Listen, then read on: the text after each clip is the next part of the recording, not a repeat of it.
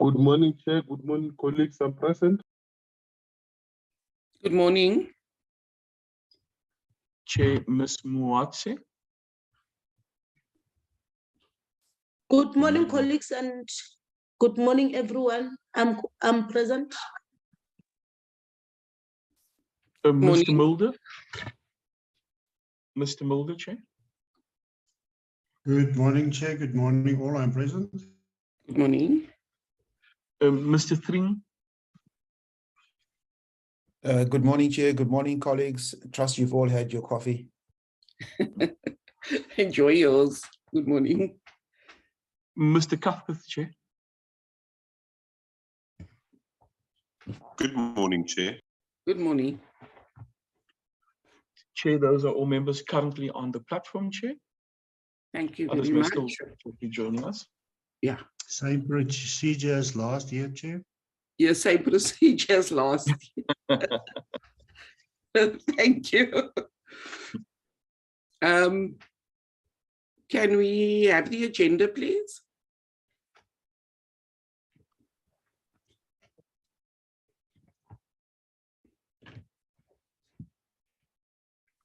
Thank you very much. You're all welcome to the meeting. Can we have the apologies, Committee Secretary? Chair, we have an apology from Prince Burns Namashe, Chair. That's the only apology I've received as yet. Okay. We note that apology. Can we have a move and a seconder for the adoption of the agenda as tabled?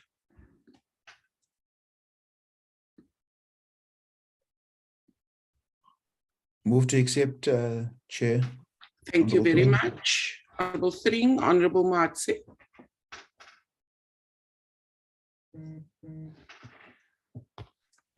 I stand to second in case she's battling, Chair. Yes, thank you. Thank you very much, Honourable Malamachi. Thank you, members. So we are gathered here today to receive a briefing and to engage with the DTIC, led by the Honourable Minister on the progress made in terms of the implementation of the South African Poultry Sector Master Plan, as well as any outcomes in this regard. Honourable Minister, you are welcome to our meeting. You can introduce your team and then proceed. Thank you. Thank you very much, Chairperson, and good morning to you and to the members of the committee. Good morning also to the officials of the committee and the officials of the department that are present. My greetings also to the representatives from the stakeholders who are present. Chair, let me start perhaps just with introductions, and let me also greet Deputy Minister Gina, who is with us this morning. I'd like to introduce first the department team led by the Acting Director General Shabir Khan. We also have the Deputy DG Nimrod Zalk, and Stephen Hanneville, and Ngumisa Schlauli, Theo Menkis, and Nikki Courier from the department. I'd like to also welcome the Deputy Commissioner of ITAC, Dumisani Mbambo, as well as Rika Tiat and Manini Masitela from ITAC. We do expect that there will be a representative from the IDC and the NEF that will also join.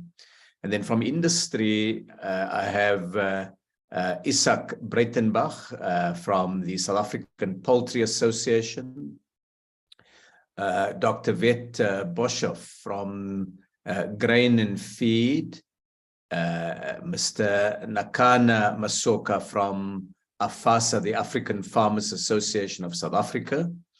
And then from organized labor, I'd like to welcome Mr. Vuka Konku, the representative from the Food and Allied Workers Union.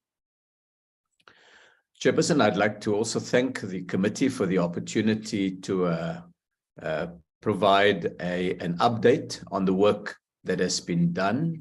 I see we've also been joined by Tanya van Meelis from the department.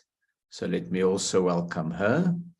And as is normally the procedure with these things, Chairperson, I'm going to be taking the committee through a presentation that at eye level sets out some of the progress that we've made on the poultry master plan.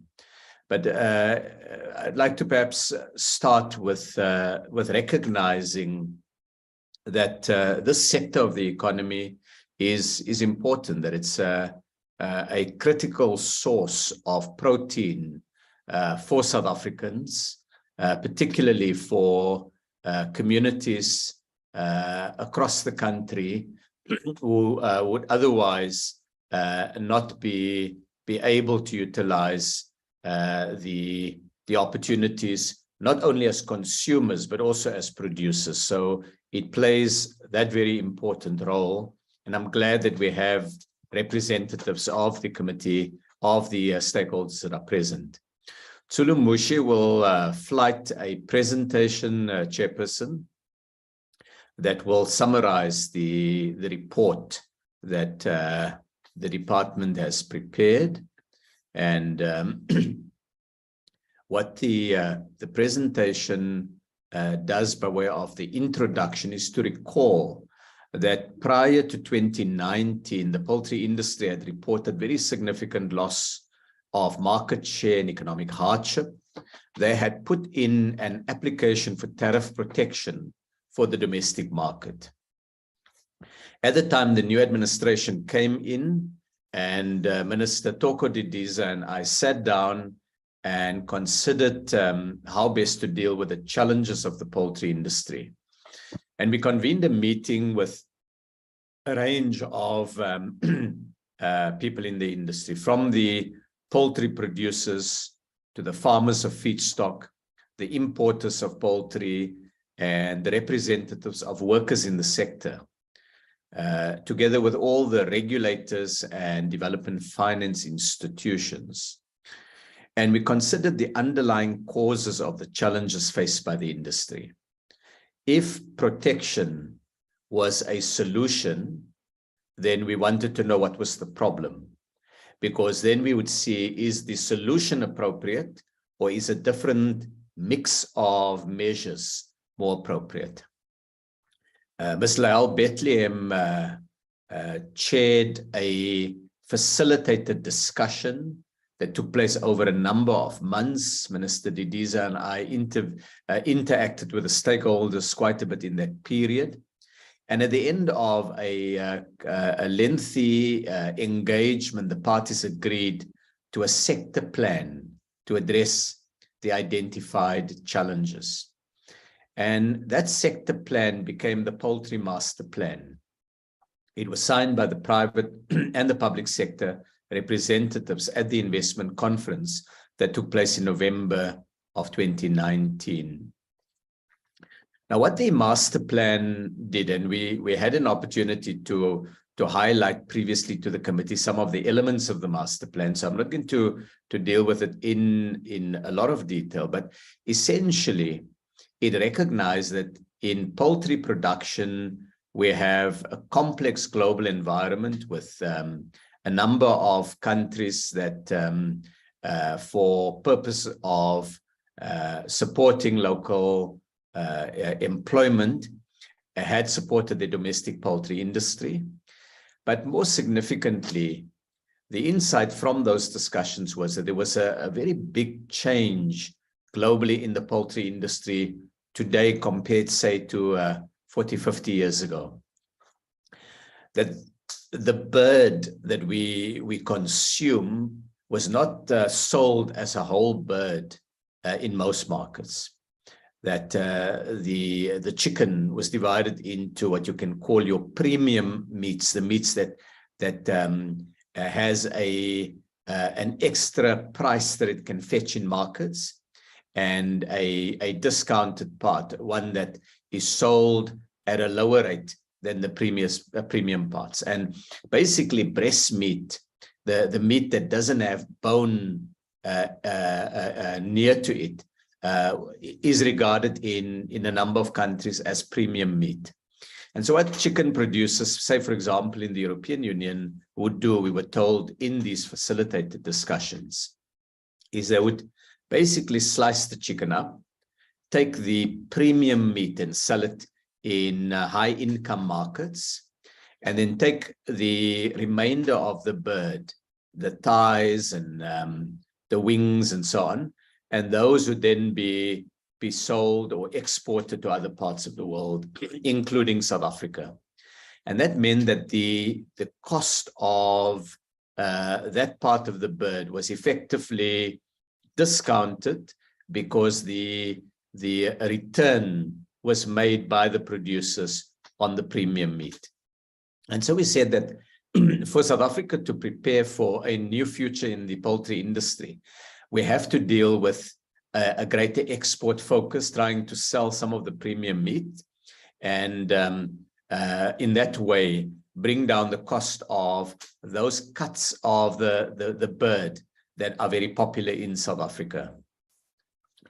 We also looked at a range of other issues, the level of tariff protection. We had committed to a certain tariff level at the World Trade Organization, but we had reduced the actual level significantly below that. We had a free trade agreement with the European Union, which allowed duty-free export from Europe to South Africa. We looked at the grain industry, the feedstock for the sector, and we considered the structure of the industry, the fact that there were a couple of large players and that this sector is well positioned to bring many smaller farmers into the value chain. So the master plan addressed all of these and found a way of uniting the stakeholders around what needed to be done. From 2020, implementation of the master plan commitments commenced. And in that implementation period, of course, the industry was faced with COVID-19. In some parts of that period, increased feed costs, impediments such to the export of South African poultry because of the outbreak of avian flu, and significant levels of imports, mainly of what is called bone-in chicken portions. The next slide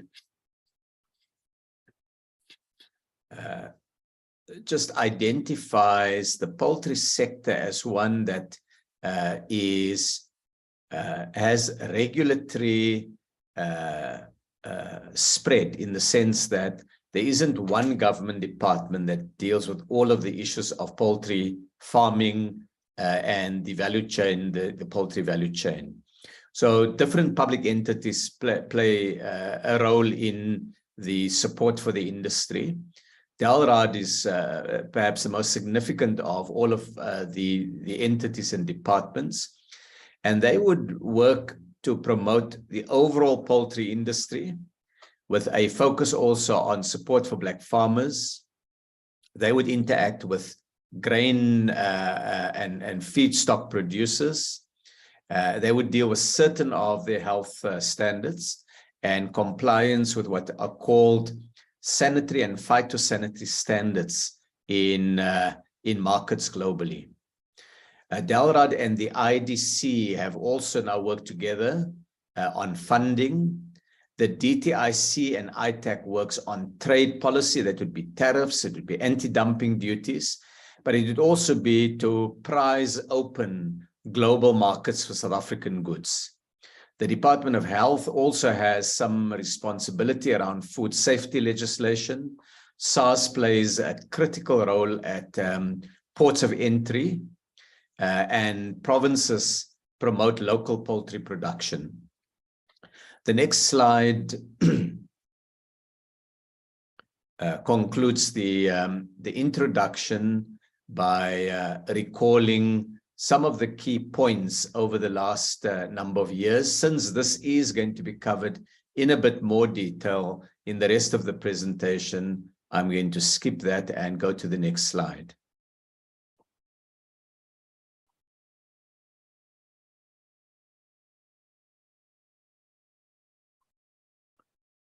So while we're waiting for the next slide to come up, I should indicate that the 5 commitments or pillars of the Poultry Master Plan speaks to the analysis of the problem. So we looked at how to expand and improve local production, how to increase consumption of poultry meat in the domestic market, focus more on exports, enhance the regulatory framework and ensure compliance with health and safety standards, with trade rules and so on.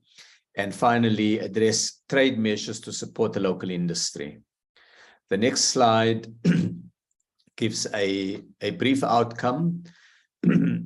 Tariffs were increased in March 2020, providing a level of additional protection for local industry. That was the most significant immediate step that industry had wanted government to take. But we had said that if we are to consider an increase in tariffs, it must be based on actions that will improve the overall competitiveness of the domestic industry and reduce the price of meat. And so the industry committed to new investment. Total investments to date are 1.8 billion as reported by the industry, creating 1,900 additional jobs. 21 contract growers have been supported, and the industry has pledged just over R500 million in additional investment by 2024. A new fund has been established for agro-processing firms. Dalrad, working with the Industrial Development Corporation, has established a 1 billion rand agri-industrial fund to support emerging agricultural producers, including poultry farmers. By September this year, the fund had supported 8 poultry projects valued at just under 500 million rand and creating a reported 215 jobs. The Animal Feed Manufacturers Association has reported an additional 2,000 jobs being created in the extended value chain. And the country has increased its slaughtering capacity from 19.7 million birds a week to 22.5 million birds a week. The next slide just does a quick structure of the industry, from the animal feed premixes to the feed mills, to the primary breeders, the parent stock farms, the broiler chicks that are the one-day-old broiler chicks, the contract growers, the independent and small-scale farmers, the abattoirs and processing, and then the retailers on the one end, and the fast food producers or retailers like KFC, McDonald's, and others. And so that represents the bulk of the sector's economic footprint.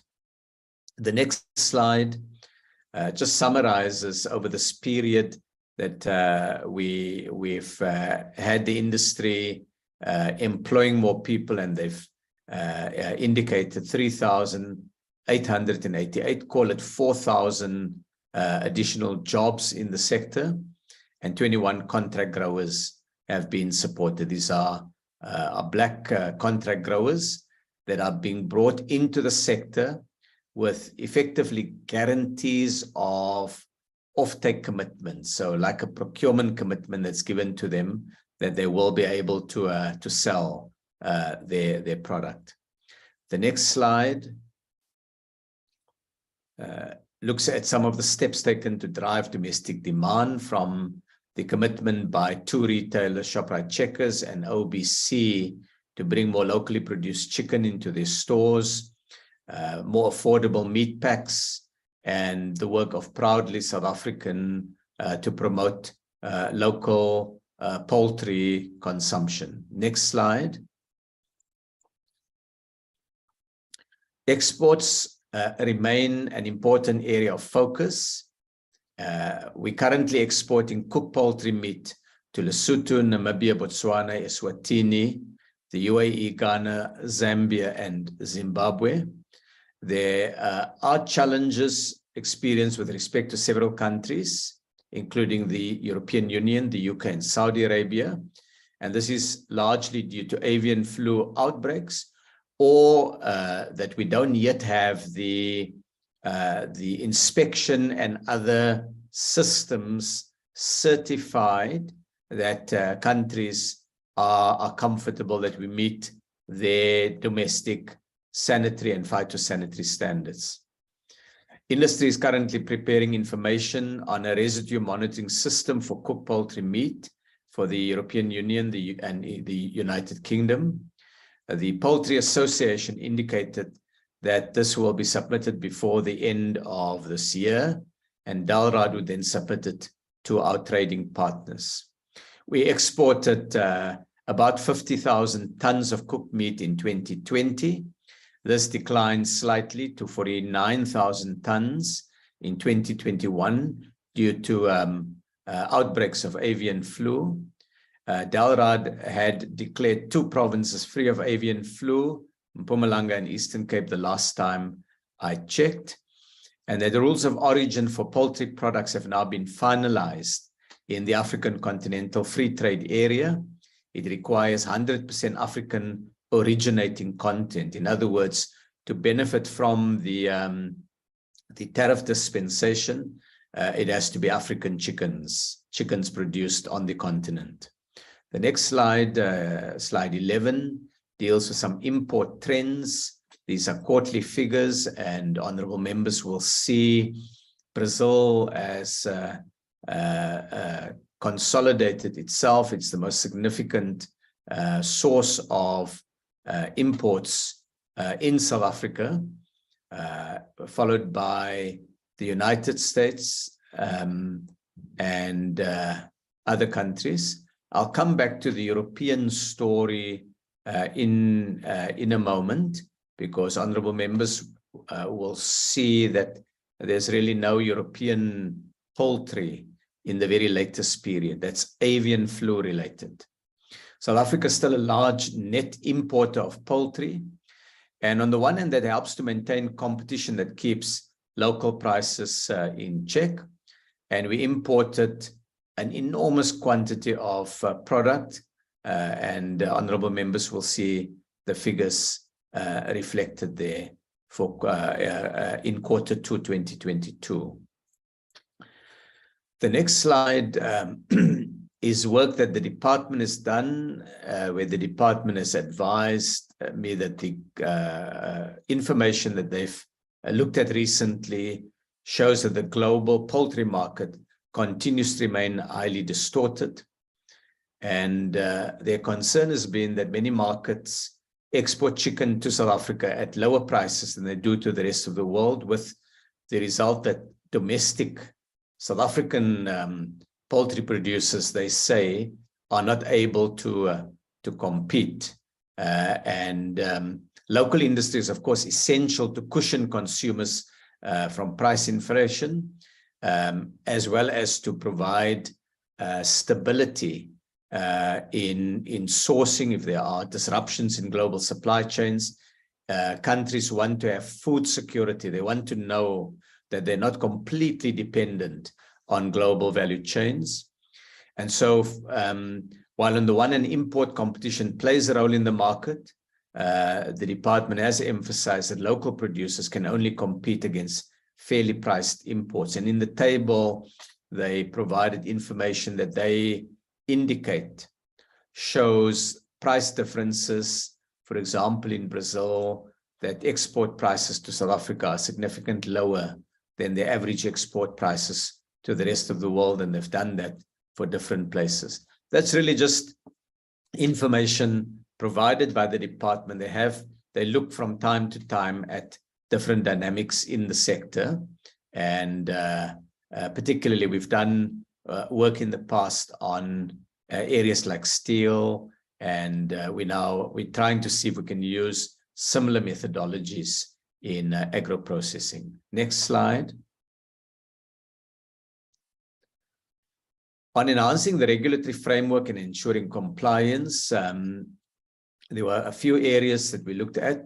The one was on enhancing safety, and the other one was on combating illegal activities. On the safety side, DALRRD has implemented a new regulation from the 1st of September last year that specifies that packets of chicken may only be made up of one country of origin. So typically in the past, when you bought a packet of imported chicken, frozen chicken, it could have chicken from 2 or 3 different countries. It would be imported from different parts of the world, and it would be packaged here in South Africa. The problem with that is if there is a challenge with chicken, it's difficult to trace the country of origin where that problem originated. So that has now been tightened. The industry has also been advised by the Department of Health to report any towing practices performed under unhygienic conditions. On the illegal activities side, SARS has an interagency working group. It investigates illegal and illicit activity, and the DTIC and ITAC is part of this interagency working group. They meet regularly. They do monthly reports on progress with investigations in a number of priority sectors. We've elevated poultry to be a priority sector. 2 cases are being dealt with on misclassification of poultry that was imported and a diverted consignment of poultry that was not cleared for import in South Africa. There's also been some investigation on bribery of public officials. SARS have sent schedules for payments of duties and fines, and suspects were arrested in one of the cases and released on bail, and criminal investigations are proceeding. Next slide. There are some trade measures that we've dealt with to support the local industry. In March 2020, there was a significant increase in customs duties on a number of poultry products. From the period about 2019 to 2022, there was a trade dispute with the European Union and SACU, that's the Southern African Customs Union, on safeguard measures that SACU had put into place to protect local industry. It went all the way to arbitration, and on the substance of it, the SACU position prevailed, and so we were happy with the outcome of the arbitration. In January this year, ITAC had put provisional anti-dumping duties for bone-in chicken meat on 5 countries, and this was a holding operation for a 6-month period while ITAC completed their work. When they've completed their work, they put a recommendation to the ministry to put anti-dumping duties in place on poultry from Brazil, Denmark, Ireland, Poland, and Spain. At the time when this was being considered, given the spike in food prices, both internationally but also locally, I took the decision to accept ITAC's recommendation, but to delay implementation for a 12-month period. On health and safety measures, currently there's avian flu in the European Union, which has resulted in import restrictions from all European countries. And so currently European countries are not able to export unprocessed poultry meat to South Africa. We're now reviewing whether the conditions exist to enable some European countries to resume trade. Health and safety measures are not intended to protect local producers. They are there to protect consumers. They are there for health and safety reasons. And so as soon as conditions are met, we open up to countries that have met the conditions. Next slide. The next few slides is really just a number of case studies. I'm going to run through them, but they're really a first attempt by the department to show how South Africans are participating in the sector. And we'll be doing more of these because there are many examples but within the available time, we thought a few examples would be worth doing. There's the Isondo Farmers Cooperative, and it tells the story of Ellen Mokau, who got involved during lockdown. She's a chemical engineer by training, and she learned the basics of broiler raising online, and she started a small business. She had a social media following and realized that small farmers' ability to achieve their goals were limited because of land issues. And using the Stokvel tradition, she devised a model to bring a group of farmers to pool their resources to rent land, to set up infrastructure and get working capital together. And in this cooperative structure, they contribute equally and share in the profits. Our first co-op had 20 members, and each contributed 10,000 Rand to establish the broiler business near Hammanskraal. A second co-op followed a slightly different model with 31 members. And in November 2020, a local traditional leader granted the second co-op a 10-year lease on trust land in the Stingwater area north of Pretoria. And the co-op built a chicken house with its pooled capital. So this is an example really of local communities mobilizing capital and trying to get into the business of poultry farming. The next slide gives the example of Matsui Trust. It started producing for Supreme Poultry on the Zeres farm. And the partnership that it has, and you see a picture there of Grace Khomongwe. She's doubled her production in the 9 years as a grower for Supreme Poultry. And that partnership involves three elements. There's a financial element, there's a technical support element, and there's a mentoring element. And Matsui Trust has doubled their production with further expansion in the pipeline. The next slide looks at poultry input costs, and it takes the example of Kgatlego, who started prime trade feed to provide feed to underserviced small farmers initially in the Northwest province. And at his factory, he packaged feed in smaller bags for ease of transport. And his story is interesting. The plant is in Makwasi, and it supplies feed to many small farmers in Northwest. He started the plant, which can produce 30 tons of feed a day, 8 years ago, when he saw the market opportunity. The large feed companies were wanting to do bulk, and he saw that small farmers in remote areas were not being serviced. And they often had to drive 150 kilometers to buy a bag of feed. And his answer was to establish depots in those remote locations where customers can easily buy and collect feed. Small bags, 10 kilogram bags, it's easier to carry or transport in a taxi. He started to also offer a free service for certain products. This slide that's on now is about driving exports, and it looks at the example of Rainbow that's invested 220 million Rand to have a second shift at the Hammersdale plant. And this is part of what the master plan wants to focus the industry on.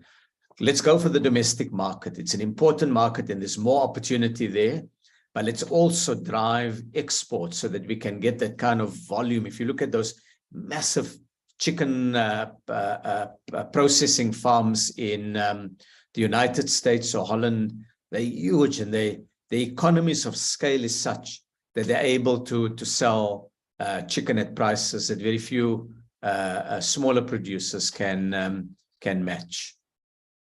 The next slide looks at the examples of North Roost Hatchery. It's in Makado in Limpopo, and it's a joint venture between a number of different players, and it received funding of 56 million Rand as an investment, and You see Clive de Gerrie inspects the first batch of chicks to hatch in North Roos Hatchery. Next slide.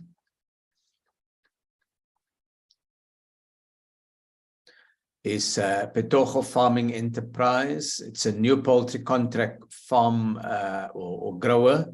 It's based in Grootspruit, and it's a black-owned company.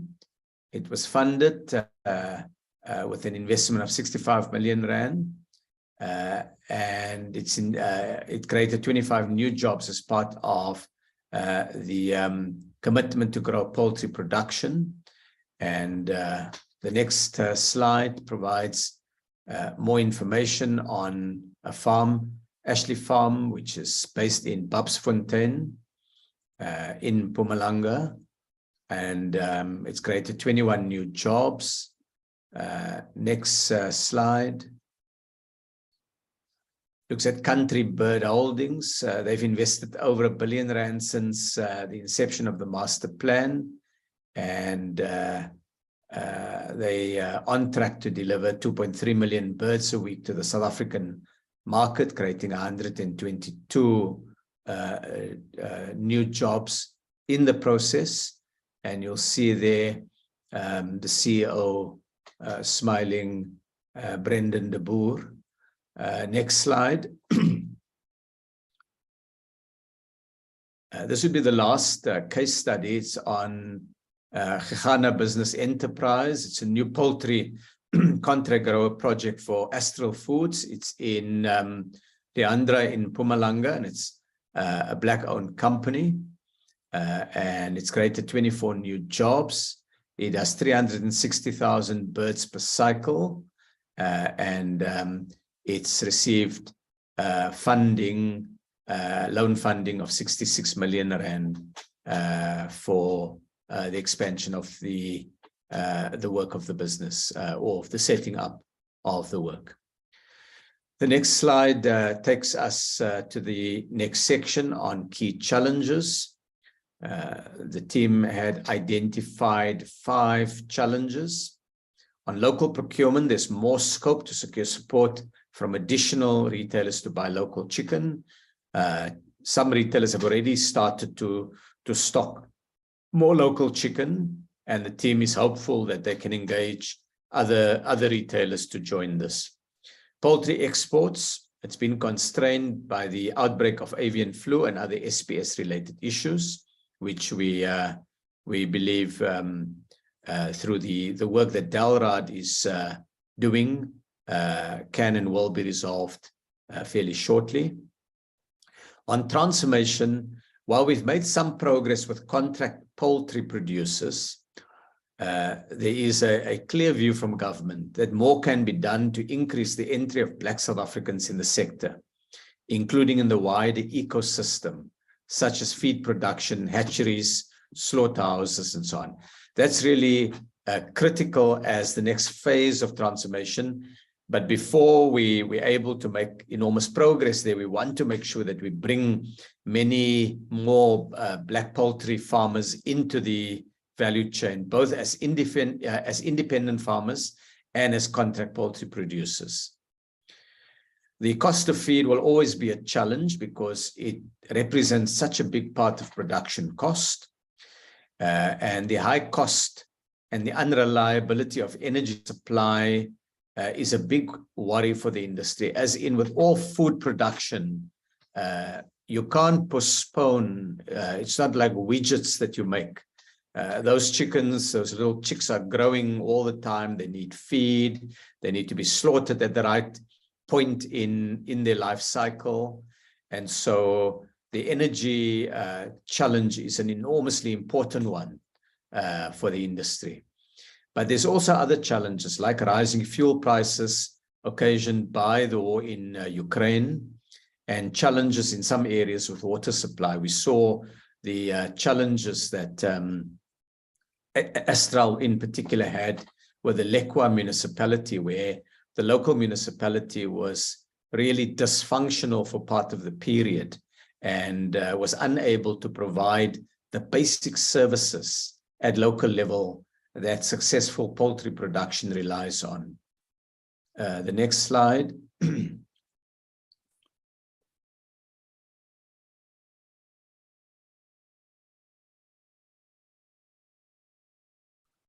The next slide, which we're waiting for, looks at the outcomes of the Executive Oversight Committee meeting.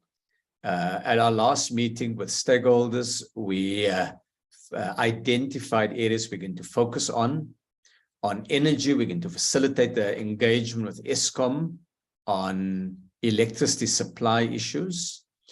But the industry has also been asked to look at what else can be done in addition to what Eskom can do.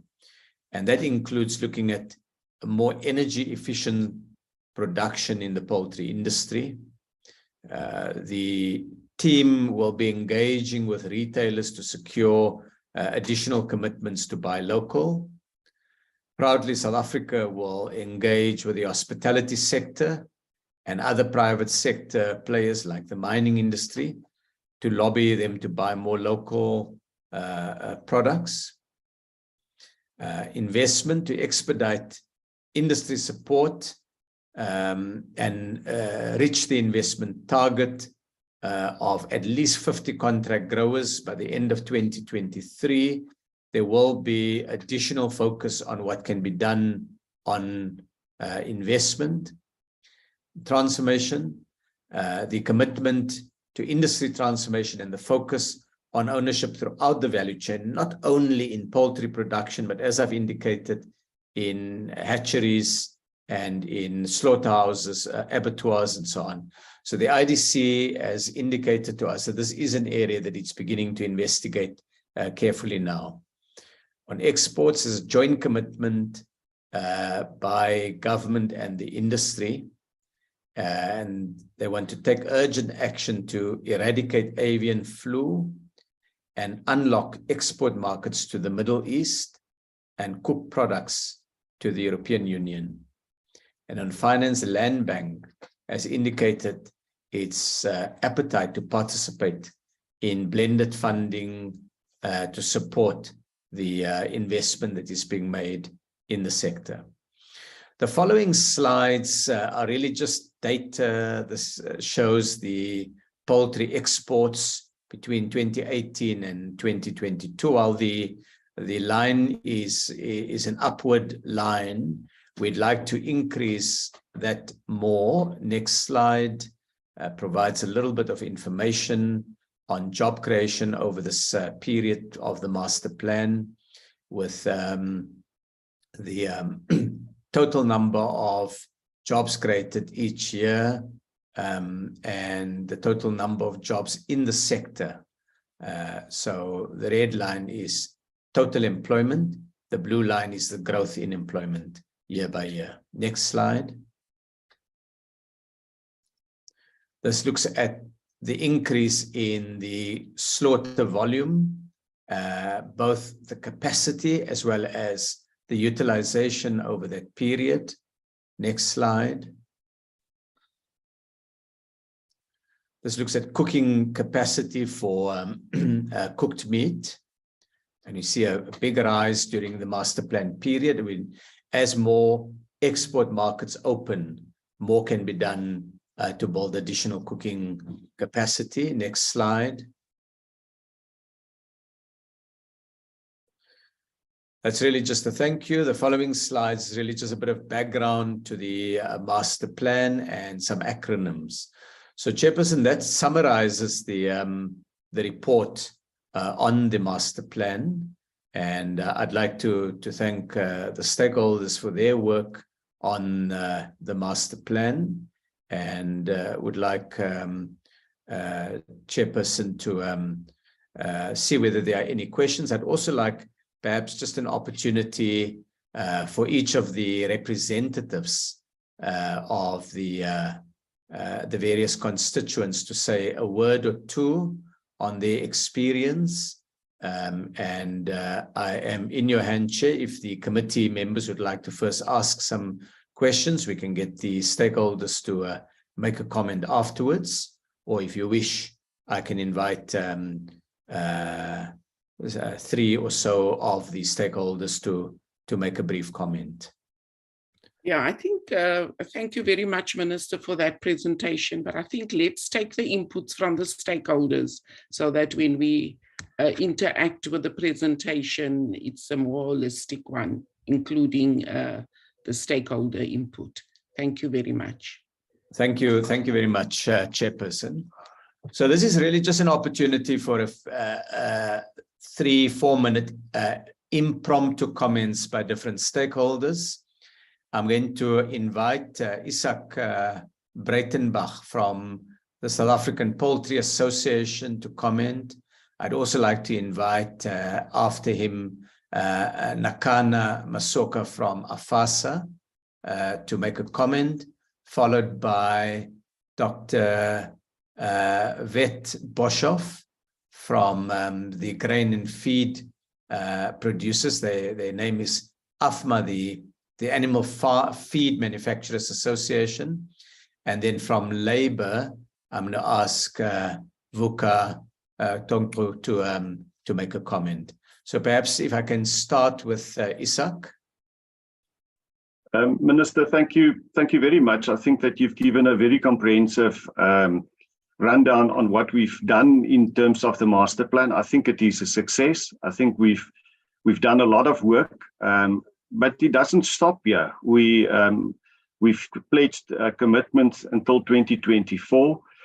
We should see more investment, more job creation, more contract growers. And as you've mentioned, we probably need to focus on a lot more on the non-contract grower transformation part of the master plan.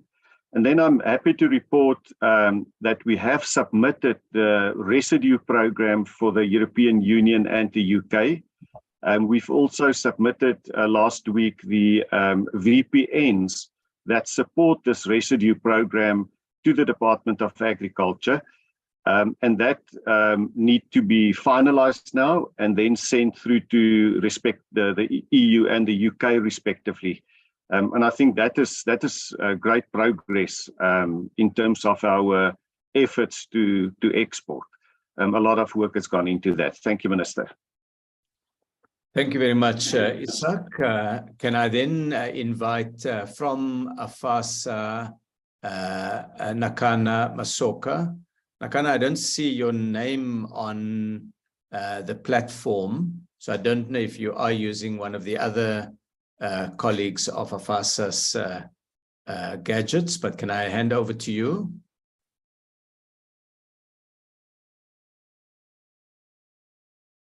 While we try to resolve the technical issue, Chair, can I then invite Mr. Boshoff to take the floor? The Vet Boshoff. Yes, thank you, Mr. Minister, and good morning to all the colleagues on the call. Yes, AFMA as the major supporting partner in SAPA, of course, produces the majority of all the poultry feed in the country and in SAPA, and we are very aware of the cost of feed. Unfortunately, we also part of the global village, of which the prices of commodities, of course, is priced in dollar. So our exchange rate, can I say, sometimes is not to our benefit, but the prices of commodities are determined at the Chicago Board of Trade, which is an international platform or exchange, and we are price takers from there. So our prices in South Africa is derived from the Chicago Board of Trade. Unfortunately, there is quite a number of pressure points on commodities worldwide due to various situations in the world, being climatic or I would say unrest in the world, the war in the Ukraine and Russia, etc. And of course, we must not forget that South Africa only makes out 1% of the world's feed production. So of course, there's a huge feed component out there. I can just mention one of the big, I would say, users of raw materials and commodities in the world is, of course, China. They've lost a third of their poultry, swine herds, and they are repopulating that. And that was more than 300 million pigs that they lost. They're repopulating that, and that, of course, puts quite pressure on maize as well as soya, which is also used in poultry. So, yeah, I would just like to raise that flag, that there's a big demand for commodities out there, and the prices are determined internationally. And of course, we buy in dollar. And I think it's quite clear that we are always striving to have the best price for our consumers, which is the poultry industry, of course. And we are constantly looking at ways of how can we curb costs on that. But as Mr. Breitenbach has said, I and the AFMA regard the poultry plan as a success, and we fully support this. And of course, we are eagerly looking towards the future. The larger we grow, the local market, the better the whole value chain will benefit. Thank you, Minister. Thank you very much, David. We're still struggling to reconnect Nakana Masoka from the African Farmers Association to the platform. He was here at the start. We'll keep trying, but can I then invite the representative of the Food and Allied Workers Union, Vuka Tongto. Vuka himself has played quite a key role in the early stages of the master plan. So it's a great pleasure, Vuka, to see you here. Please, you have the floor. Thank you very much, Minister, and good morning to the rest of the colleagues. Firstly, we want to say, Minister, we also strongly support the master plan, as it were, and the reason behind why we had to embark on this road. Now, one of the things that we think that should be raised is maybe firstly the presentation in itself. It's a good comprehensive presentation, but would, however, request that maybe in future, if it is presented in contrast with the figures or the key areas of the master plan for purposes of it being a monitoring measure, designed to see if there are any gaps and how far we have gone, so that we can monitor ourselves going forward. Because we may find that there's somewhere where we have done way better and we are unable to acknowledge the success, as it were. But the presentation itself, if it is made as a twofold type of a presentation, that will work. For example, one of the slides that I saw was based on the threat of the import, which is important, and I appreciate that the department monitors these figures. However, they should in any way, by way of a presentation, be translated into how are they a threat? How are they translated, and what are measures that are designed so that you don't have to realize that as you go in terms of the percentages and so on, including even the transformation. And we are happy to have seen that there are those who are assisted in various provinces, the contract farmers and so on. I would have also appreciated to make that as in contrast with the master plan, key areas, in particular the numbers, to say, even though we know we're at 21 and so on, but from a transformation point of view, you ought to also reflect in terms of whether the demographics of each province, are they well represented, particularly in terms of the black females, as it were, or black males, as it were. All those are obviously conforming to what necessarily would be a transformation in terms of its presentation. So, but we appreciate the presentation because it assists us for us to have to be able to see the work that has been done. But the other thing is that Minister, I know that this is also related to this view. The export, the good work that has been done in terms of the export, with regards to figures, as it were. Remember when Lyle was presenting the figures to say this is where we are at a minimal stage. We could not have, by now, make reference to say how much have we increased export in contrast with import flowing from that. And just lastly, Minister, I think what is important for us, because as we are directly involved in terms of such discussion and subcommittees and so on, in the event, because we heard from at an initial stage of your presentation, that the protection of our sector has to be based on not just one issue or one area, but it has to be a mix of a combination of areas that are designed to protect the local economy, and in particular this sector, which we agree. However, the request will then be one leg that we think is of a disadvantage, as it were. We would appreciate at least a space for us to have an interaction depending on whatever decision is made. For example, you might have taken a decision on the basis of inflation or food inflation to delay the anti-dumping duties, which at face value, or how you observed it, it was important at the time, but at least a space of engaging so that we can better understand from the perspective of workers or the lowest paid, completely understanding that we are a busiest person amongst ourselves, but also if at least you can delegate someone whom we can engage on this one, so that we don't find ourselves, expressing it outside, committees or irrelevant structures where we can engage and find a common ground. Otherwise, we appreciate all those who have done the work in supporting the master plan, and will continue to also support the master plan from a productivity point of view and so on. Thank you very much, Minister.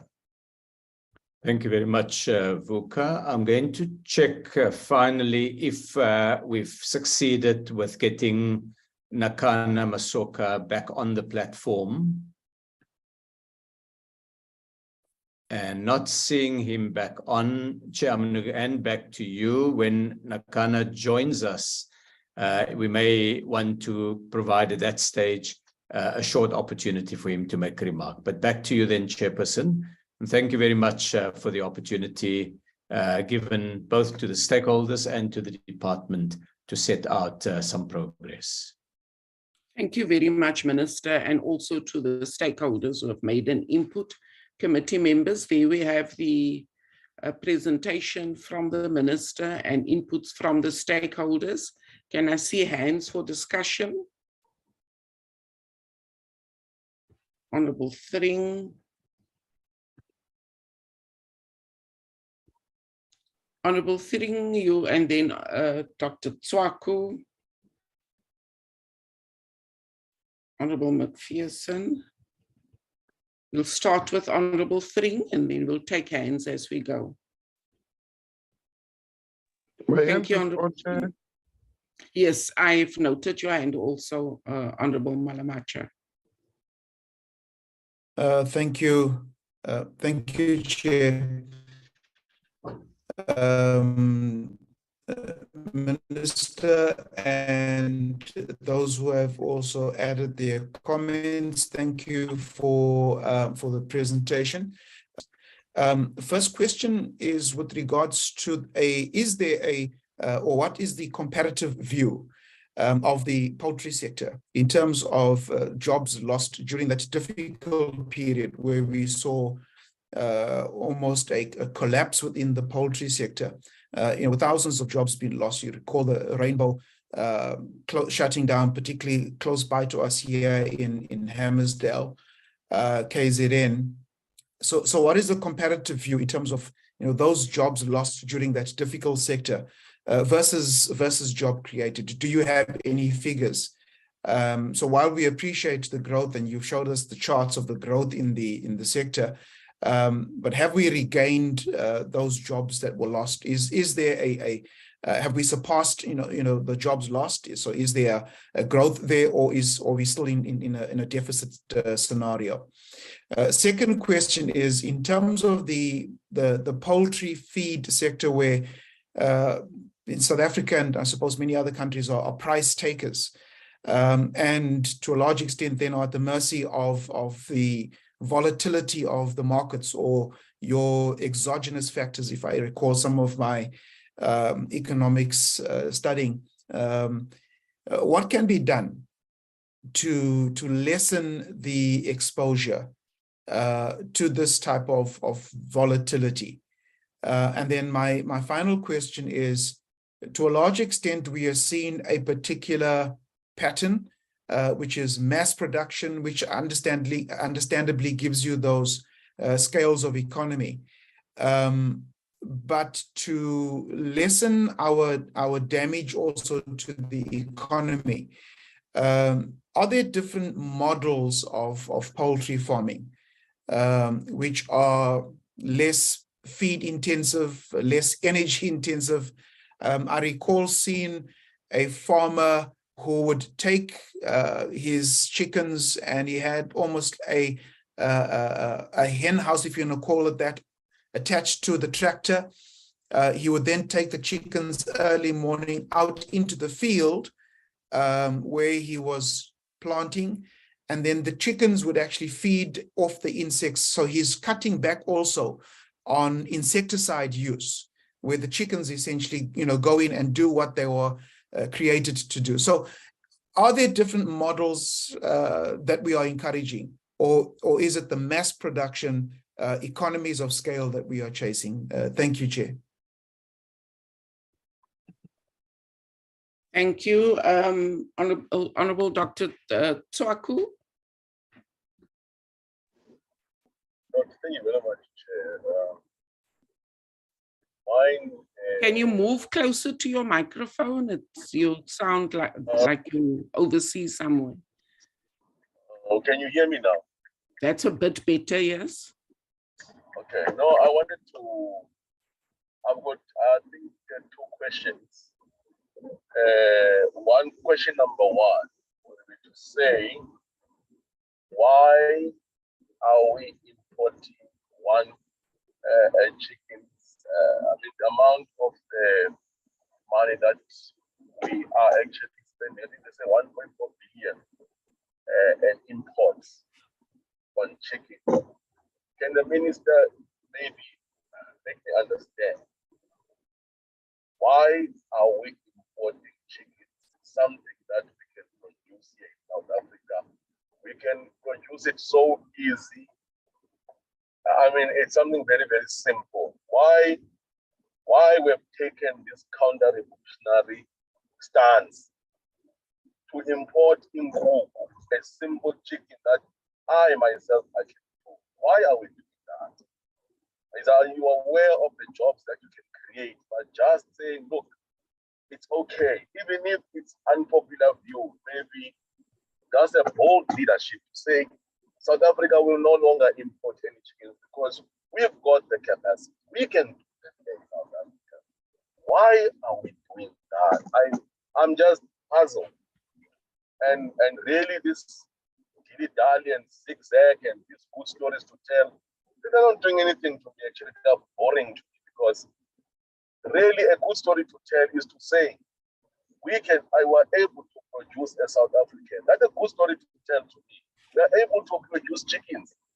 And we've got so many companies, and you list all of them, and we've created so many jobs in real figures. That, for me, that is a good story to really tell, that we've got a capability. But if, Minister, you come in and say, we're still importing so much chicken, so much, it's really counter-revolutionary. It doesn't make sense at all. I know you'll say that we're operating in a global economy, we've signed those trade agreements and all of that. But it has sometimes come to a point where there are things that you really have to be selfish on. Said, no, this one, we're going to protect them. These ones, we are able to, to do this, the chickens for people like us.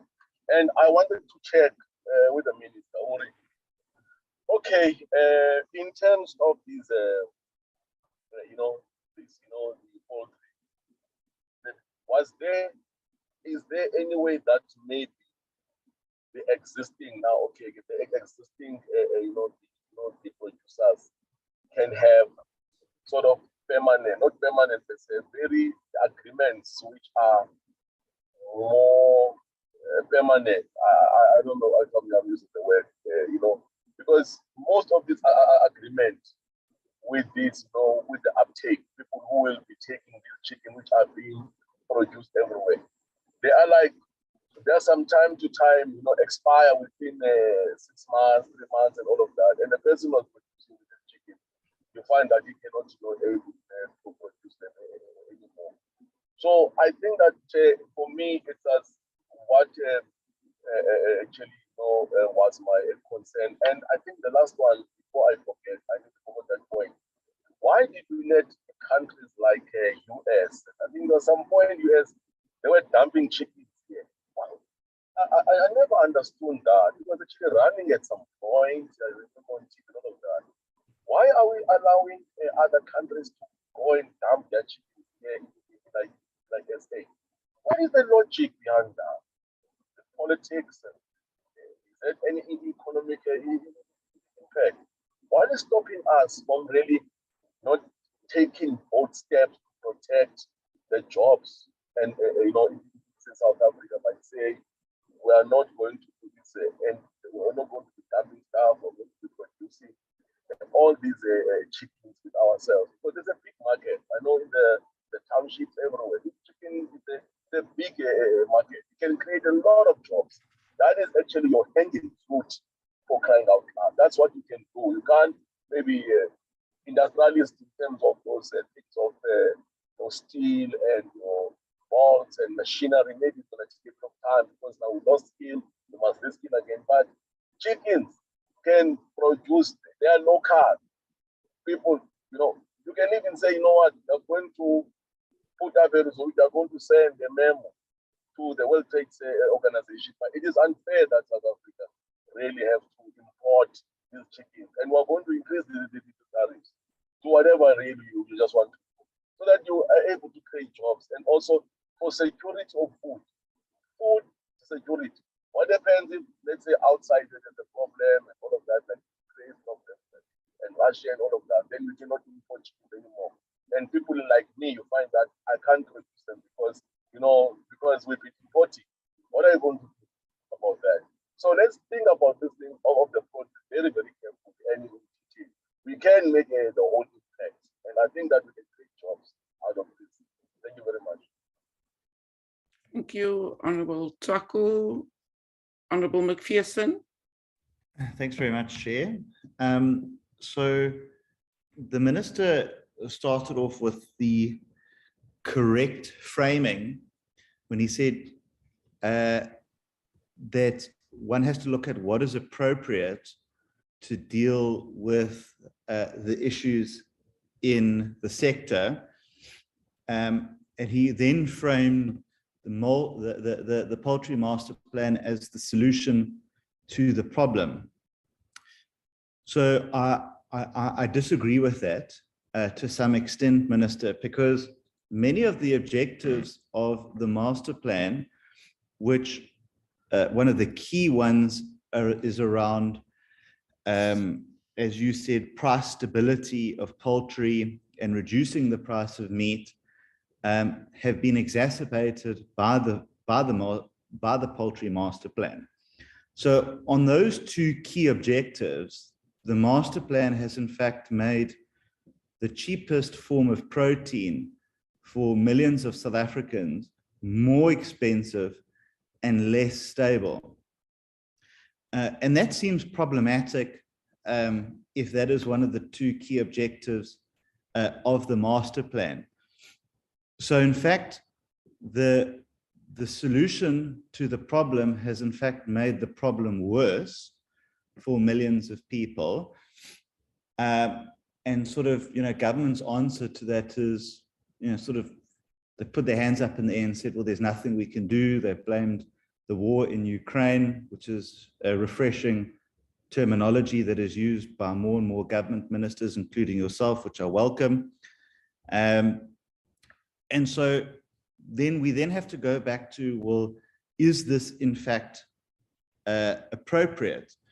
Now, I had the ability to meet with a relatively large poultry producer, and we had extensive discussions about this, and their views is that the poultry master plan has essentially fallen by the way, and is actually not really assisting the industry anymore.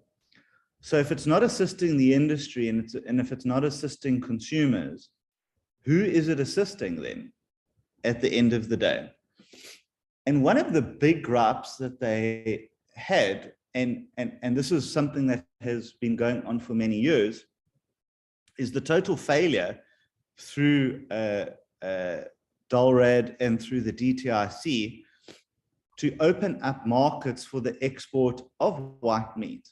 As you have correctly stated in your analysis up front, that European markets command a greater price on white meat than certainly the South African market does. So if there was a balance to be found where South African poultry producers were able to achieve a higher export price for their white meat, why has that never been taken advantage of by DTIC and by DALRAD? And, you know, I think the problem is that there's a continual shifting of responsibilities to who is to do that.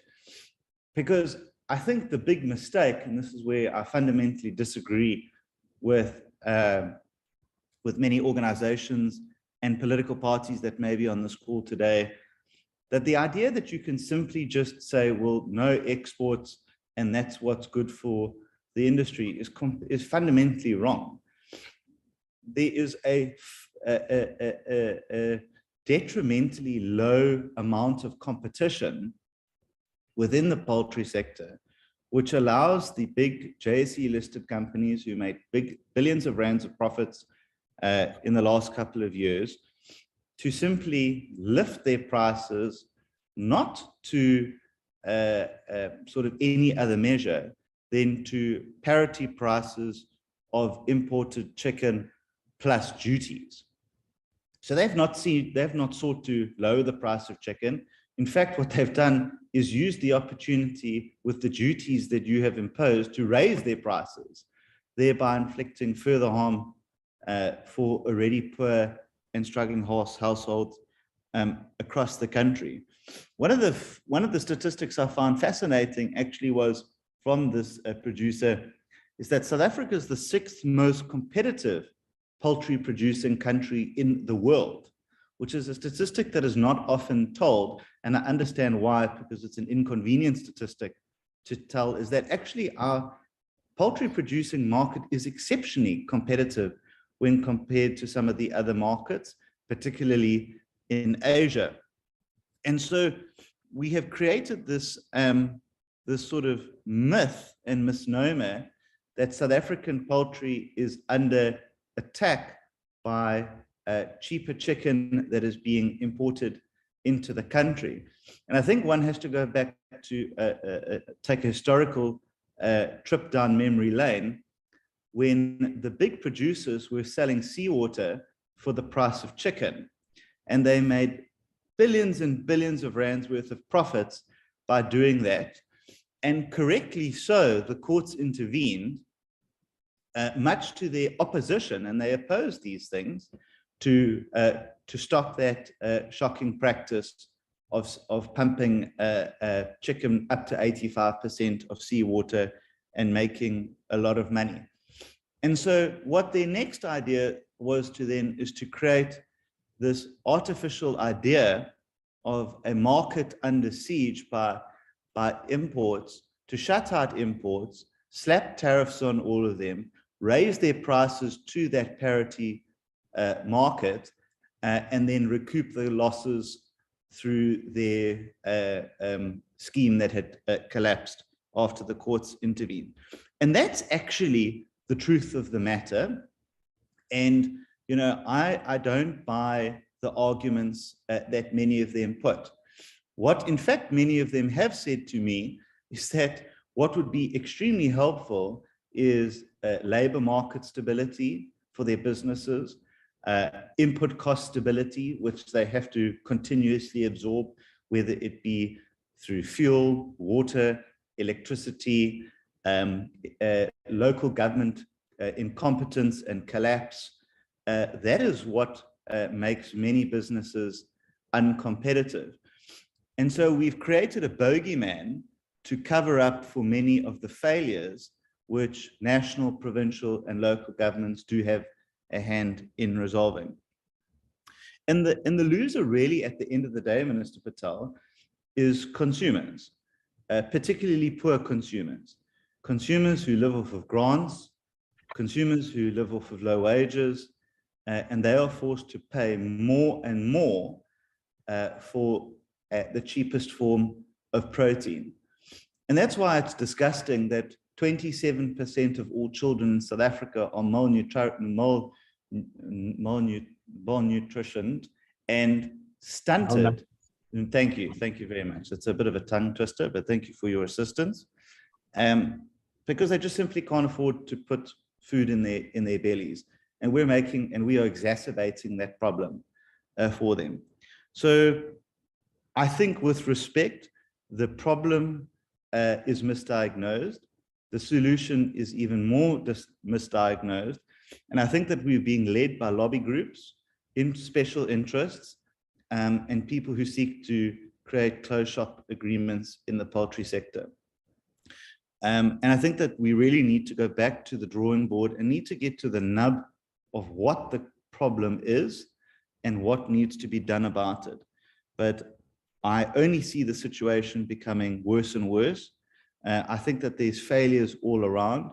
And I think that someone someday needs to answer for the inability to access duty-free chicken exports to the European market that we just have not taken advantage of over the last 5 years. So I hope that those are constructive inputs. I know you enjoy constructive inputs, even if you disagree with them, but it is a subject that I am passionate about. And I do think that there is a lot more to this market that can be done. I think there is an opportunity for growth. I think there's an opportunity for competitiveness, but I think that there also has to be a real honest look at the sector and the players and the big players, particularly, and the lobby groups in the sector. Thank you, Chair. Thank you, Honourable McPherson. Honourable Malamacha. Thank you, Chair. Let me take this opportunity to welcome the presenting water master plan. Very straightforward to the rescue of the economy that has suffered a huge blow during the COVID-19 that all of us we have witnessed. It will be very wrong that we cast a wrong aspiration that we try to dramatize the economy instead of accepting the reality that there are challenges in the economy. And if we have such master plans which are equals to the task, we really need to first listen to the players.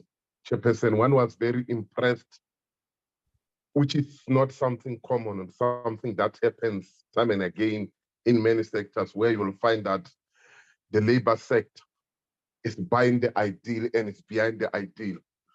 So who are we to be much more negative while the people in the sector itself, through their voted labor sector, they're able to express their happiness and see hope at the end of the day? I think some few challenges that were mentioned by the very same union will just need to be tackled so that at the end of the day, there's no vacuum, in particular where the minister, they will want to hear your voice, because the voice that we normally provide to them is the hope. Then the other thing that Chairperson has impressed me is to see how the upcoming, if not the emerging, are enjoying the support And therefore, one is very happy to learn that the likes of Isaac from the locals understanding that South Africa is not America in the early 30s, where it applied the isolated splendid economic policy, where it's like we can't go to other countries and we cannot let other countries also come to. The only thing that, Minister, you just take your time and explain to members how best are you dealing with this import and export of goods so that it's not suppressing the locals. But the free trading policy must remain. Minister, the issue of the Ukraine-Russia matter is a known factor. We can't be jumping as if we are not affected by the high price of oil, which at the end of the day touches every sector. Therefore, Bishop is very articulative when dealing with those challenges, and we are saying we understand that, and we also appreciate it's just for the minister to say how best do we relieve those that are finding themselves to be affected by that, in particular the small farmers, I mean the small producers. The other aspect, Chairperson, to the minister, the high number of jobs created during these difficulties, this must also be highlighted and appreciated. We will want the minister to say, going forward, what is the intention and the target of the coming year? I think that's a very good story to tell, and we must raise this hope by putting another high target so that we can see being working.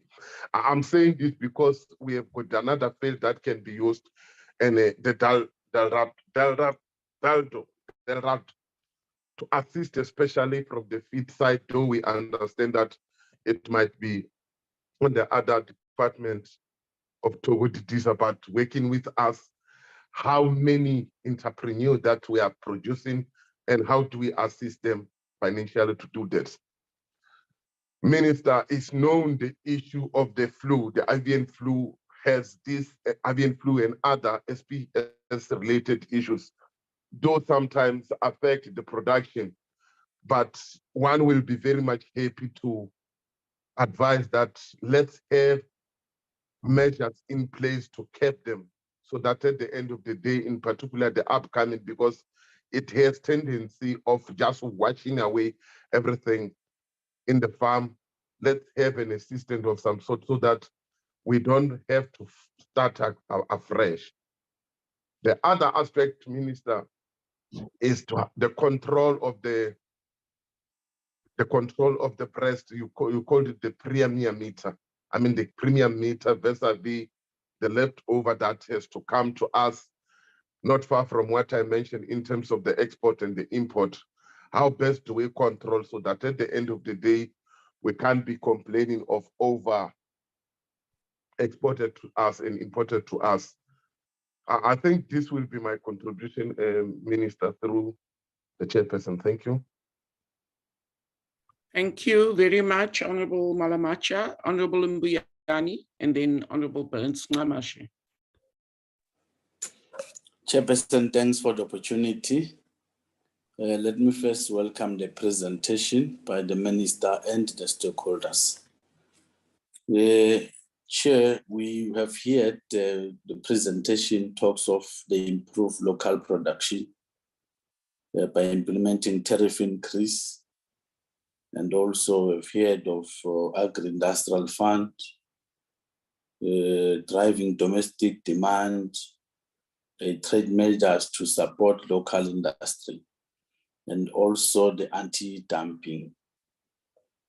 Chair, the question of transformation in the sector, vis-a-vis the job opportunities that have been created by the industry or the sector in terms of demographics per province. Can we be able to have that so that we understand the transformational arrangement moving forward? Chair, the other one is the localization and beneficiation. It's a very key for industrialization. Then now we want to check in terms of the protectionist approach.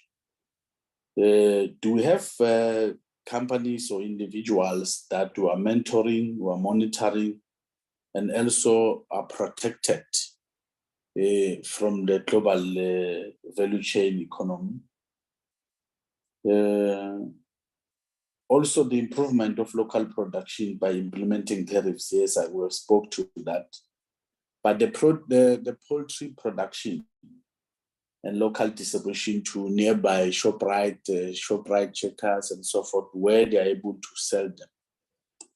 And we were disturbed by the question of price, because the locally produced poultry is very much expensive than the one that is imported from the other countries. I don't know what is the reason.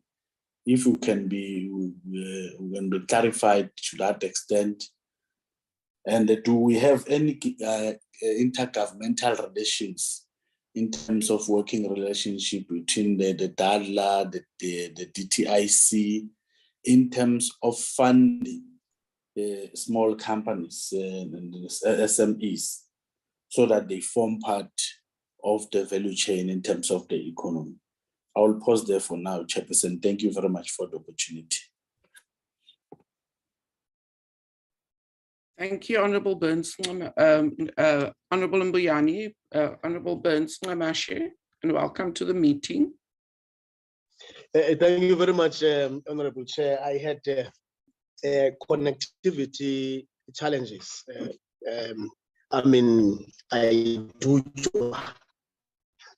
I'm not sure whether Honourable Macpherson knows where Dujwa is. Honourable Chairperson, I think we are all aware that we are now in the silly season of electioneering. So we are not oblivious to the fact that there will be a lot of commandeering that seeks to score cheap political points at the expense of what is real and what is factual. And I don't think after such a wonderful and good presentation, we should be distracted from the realities, especially as they impact in various ways to our people. I think the presentation by the minister, which is always the case, quite meticulous, clinical, very much focused in terms of giving clarity and scientifically showing in terms of verifiable statistics that this is what is happening, this is where we are as the ANC-led government on these matters. While we look at things from that perspective, we are also aware that one of the serious challenges we have is around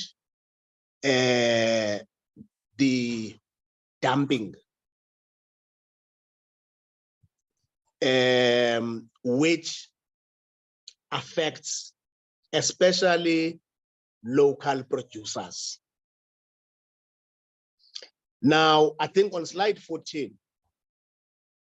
the minister did talk about the anti-dumping duties, especially on poultry from Brazil, Denmark, Ireland, Poland, Spain, and so on, which was approved around July. But of course, we are mindful of the spike in international food prices, which again arises out of, among others, the war between Russia and Ukraine, which war, by the way,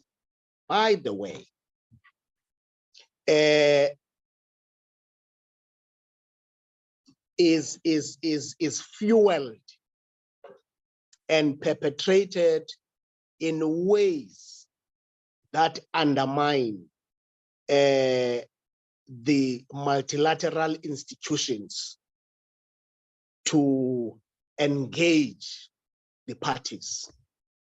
We must be honest in terms of our analysis of the situation.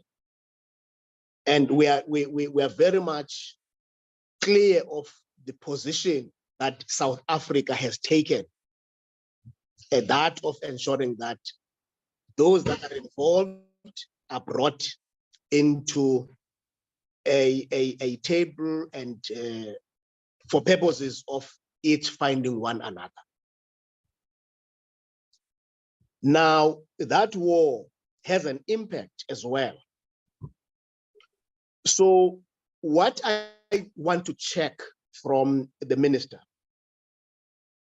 is the impact to local poultry producers that would have arisen out of the delay in terms of the implementation of the anti-dumping duties. What is the impact? And secondly, that decision to delay the implementation, to what extent has it been socialized and democratized with the poultry master plan stakeholders?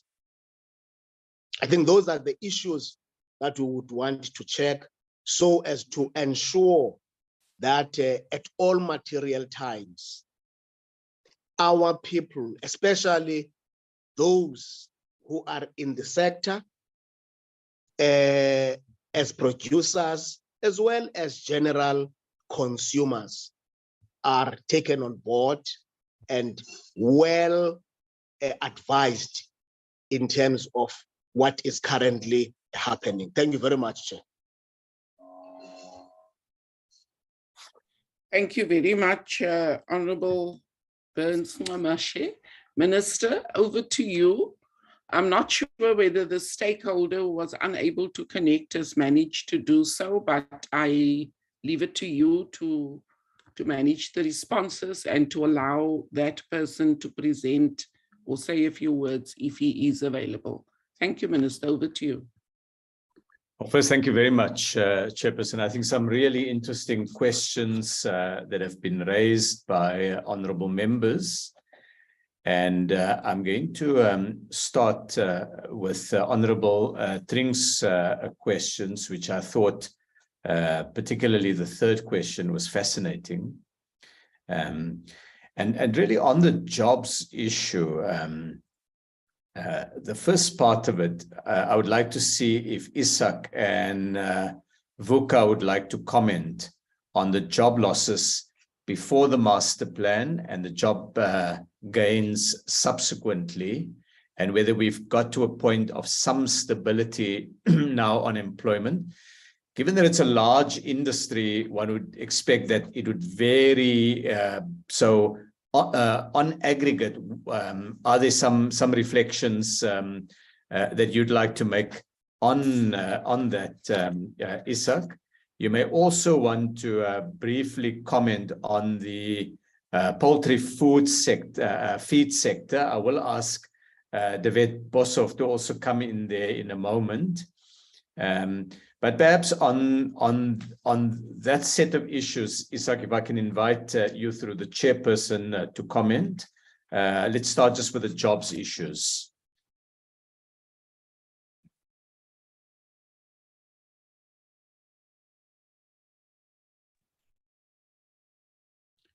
Is he still on the platform? It looks like we may have lost Isak while we try to get Isak reconnected. Vuka, any thoughts that you'd like to offer on that?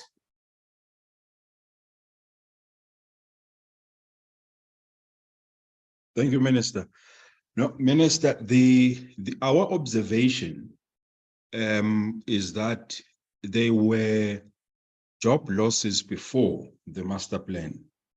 And the job losses were as a result of what we raised publicly so as well with regards to the influx of the imported chickens, and which we ultimately presented it as chicken dumping. And one of the issues that, or one of the things that assisted us was then when we crafted the master plan to say, how do we then protect or regain the jobs, as it were?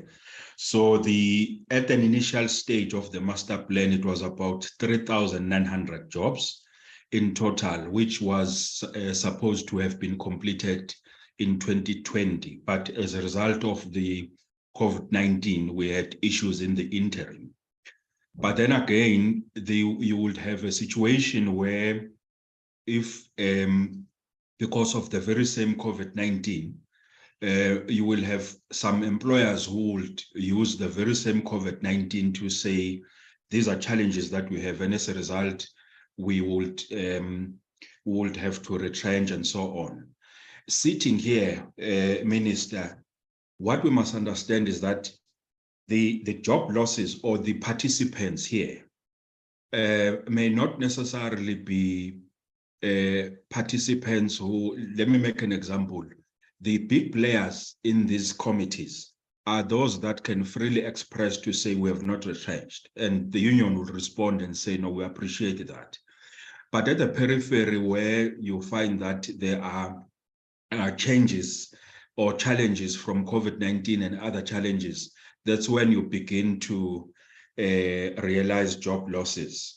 And in that process, that's where you get to see that the challenges of job losses are not in any way directly addressed in the process. But then when you zoom into the master plan in terms of the figures, that's when we raised this point earlier to say we would appreciate if when there's a presentation, there should be a presentation in comparison with what was designed from the master plan and what is it that was realized from the master plan until now, so that we can make a comparison whether we are growing or not.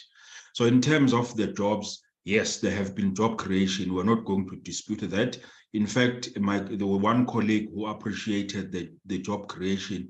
We want to join that to say, yes, indeed, there have been job creation. And we want to also advance our view to say we should come up with other figures in contrast with timeframes to say how far can we go from here. So in terms of the job losses, we have had situations that we have, as a union, directly addressed with those employers, even though they were hiding behind COVID-19. But from the big players, as it were, you will not realize that because we sit with them, we engage with them. But at the periphery in rural areas, we realized that and we had to zoom into those workplaces, and some of them have been addressed. So we need to use the master plan, therefore, going forward to say, how do we advance this and stretch it out, designed that even if there are job creations, but we need to make sure that all other areas, they are not reducing indirectly the number. Also by way of a presentation, which it has to present, it has to be presented by way of making a comparison in terms of jobs. Jobs. Thank you very much. Thank you very much, Vuka. I'm going to ask the Director General just to get the team of officials to reach out to those stakeholders who we've lost on the platform, so that I can be advised when they've rejoined us. Can I then next turn to Devet Boshoff? Devet, an interesting question was asked about the poultry feed sector by Honorable Tring, Would you like to comment on it? In particular, he was interested to see what can we do to reduce exposure to price volatility for local producers. Obviously, as you've indicated, you benchmark against global prices, but any thoughts, any reflections you'd like to share with the committee? Yes, thank you, Minister, for the opportunity, and thank you to the member for the questions. Yes, as rightfully stated, we are benchmarked against the international prices. I would like to start off by quoting Mr. McPherson. It is true that South Africa is the sixth most, can I say, competitive industry in the world. That goes for process, can I say, growing poultry and the effectiveness or efficiency of the poultry farmer in South Africa. What we as a feed industry see where the problem occurs is definitely the member also requested what possible mechanisms can be put in place. Firstly, I would say the exchange rate volatility, and we can't control that, but the exchange rate, can I say, volatility is controlled. It's a factor of international happenings. It's a factor of political stability, etc., etc. Our view is that we should look to the primary sector due to the fact that this is a total value chain approach, and that goes from fertilizer, seed, the producers of grains and oil seeds into the value chain. So I would focus on assistance to the primary inputs, and that is the farming side to it, seed, fertilizer. We all know that fertilizer is the main driver of prices on the primary level. So I would really consider that. Regarding infrastructure, that goes for transport, water, electricity, ports, etc.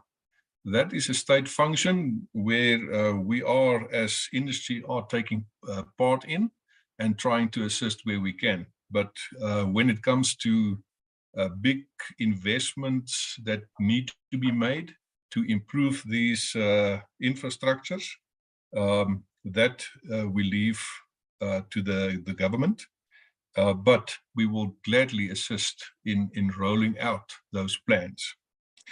And then, of course, talking on inputs to the poultry industry, we are currently, we have a soya value chain, one of the arms that we are looking towards cost in the value chain of poultry specific and other feeds as well.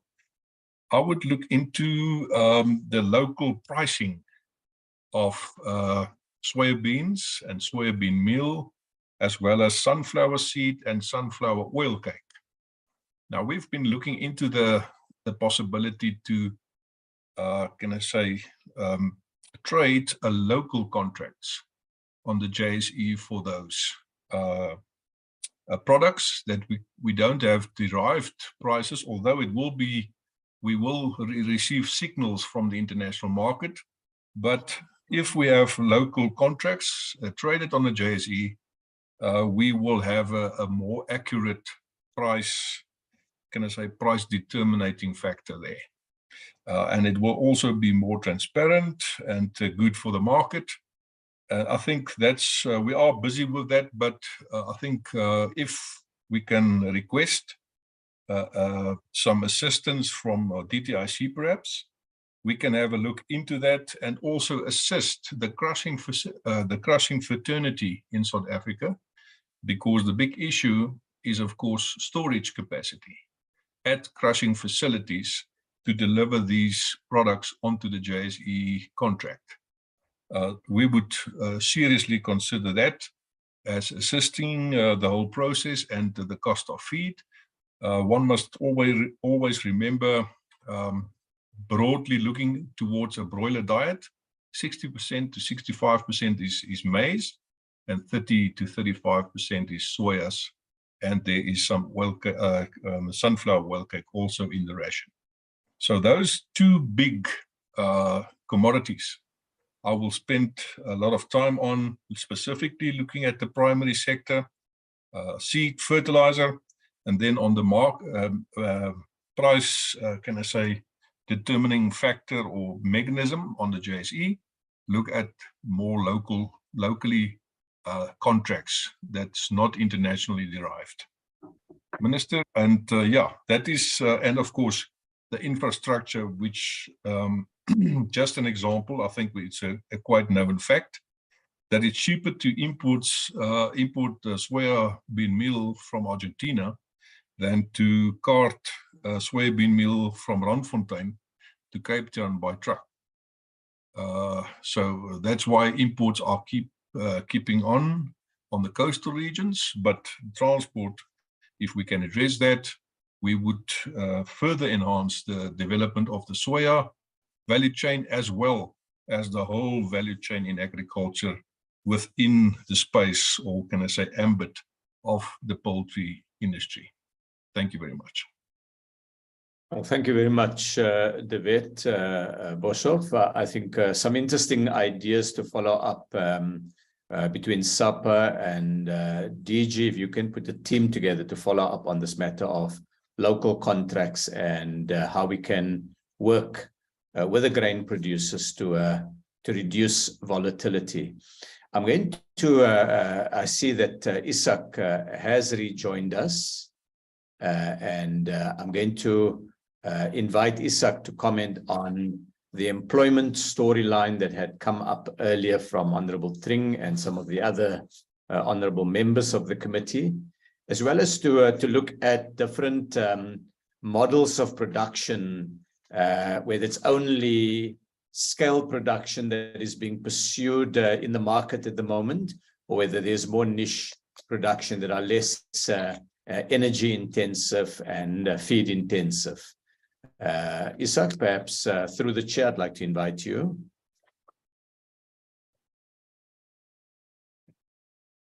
And you'll have to unmute.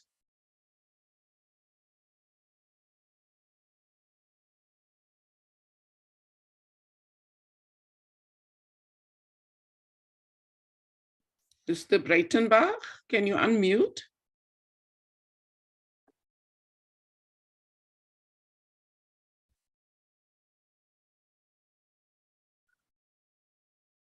Chairperson, through you, while we get the team to just call Isak Breitenbach to see if he can be assisted with the technology, let me in the meantime then proceed with the other questions, and the team can just let me know when Isak and the technology have made friends with each other. Okay. So Honorable Tring, I think really the question you've raised about the form of future production is quite interesting, because in a world that's becoming a lot more conscious about the environment around sustainability issues, food production will no doubt become the next big frontier where consumers are going to be probing the conditions under which foods are made. We've already seen in the wine industry, certification has played a big role in gaining access to lucrative markets globally.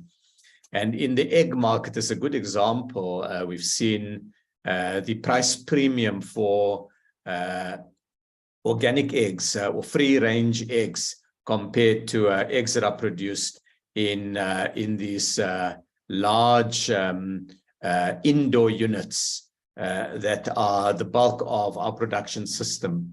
And really, historically, it's been a trade-off between price and the conditions. But I would anticipate that there will be, particularly with a growing number of consumers, a preference for poultry that's produced in more sustainable conditions. South Africa would need to be part of that, but at the same time, there are millions of South Africans who really battle to get protein at affordable prices So it's to find that balance. Honorable Tswaku has drawn, I think, correctly attention to the level of imports of poultry. Now, there are two points to raise in respect of the poultry imports. On the one hand, we seek to bring down the level of imports over time through improving the overall capacities inside the industry. And a number of the comments have already raised issues there relating to feed costs, other input costs, energy supply, the logistics. The vet Boshoff now mentioned the trucking costs from one part of the country to another part of the country. And on the other hand, the judicious use of trade measures. We have an option. We could take the view that we're going to close the South African economy up. We are going to just put the highest barriers on every single item. And the truth is, if we do that and every other country does that, we get to a world in which we all become poorer, because South Africa sells more than 600 billion rands worth of manufactured products to the rest of the world every year. And those products require, they create and sustain enormous numbers of jobs. Those jobs and those economic opportunities will all be lost if we were unable to sell those goods. So the view we've taken is we try to avoid the two fundamentalisms. The one fundamentalism is one that says simply open up the market, reduce all tariffs to zero for every product, and let's simply maximize consumer welfare. I don't really see many countries who do that. Even countries that espouse free trade. We've just come back from the United Kingdom. It's a poster for free trade in theory, but when we talk about access for South African sugar and South African tinned fruit and South African wine and South African products, then we meet the hard reality that countries make calculations about what is in their best interest. And so in theory, simply reducing tariffs to zero would enhance consumer welfare, but it would come at an enormous cost to the income of those consumers. In other words, we'll have goods that are theoretically cheap, but nobody will have jobs to pay for that, because our economy would not have been able to sustain the large numbers of young people coming in every year. So the fundamentalism on the one side is not going to help. On the other hand, we also avoid a fundamentalism on the other side, which really sees every problem that industry has must be resolved only by the highest level of tariffs that we can get. Just close our borders. Let's just stop imports on every single item. And so the localization strategy, so the price of that, of closing ourselves to the world is rises in prices, and a world in which people don't trade with each other. And that, as we've seen in the past, is a world that is where welfare, human welfare is compromised, where innovation is limited, where throughout human history, for thousands of years, the big breakthroughs in civilization have been because people have traded with each other, people have engaged with each other, ideas have flowed across borders, goods have flowed across borders, and that we need to retain. So how do we then balance between these two extremes? And that's where the approach we've taken on trade and in industrial development is a careful blend, that we open up the markets where it's helpful, and we provide some level of support where local industry is absolutely requiring it. The challenge when we provide support to local industry is obviously that it can lower everybody's innovation, their competitiveness, their their incentive to produce quicker, cheaper, better. And so to address that challenge, we've introduced, as honorable members will know, a greater level of reciprocity in trade, where we say to producers who seek tariff support, we say, show us that you are investing in your workers and in your equipment and in your work process, that you're spending money on capital equipment, that you are making your production processes inherently more competitive. Because when we can see you prepared to make that commitment, then trade support can be a temporary shield that you use, but it doesn't become a long-term crutch that you have to rely on.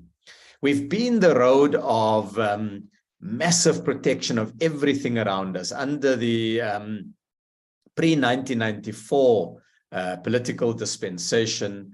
Our markets were closed in many instances. We've been the road of rapid liberalization from 1994, 1995 as a result of the commitments that had been made under the Uruguay round. The country liberalized its tariffs on a number of industrial products very rapidly. And we saw enormous numbers of jobs lost. We saw huge levels of deindustrialization.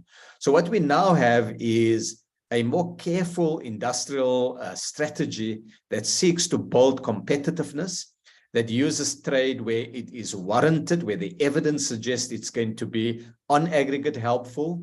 And we take the tough decisions where we decide, for example, we get an application from frozen food producers that they want to have high levels of tariff protection. We may decline that because it's not in the country's interest to do so.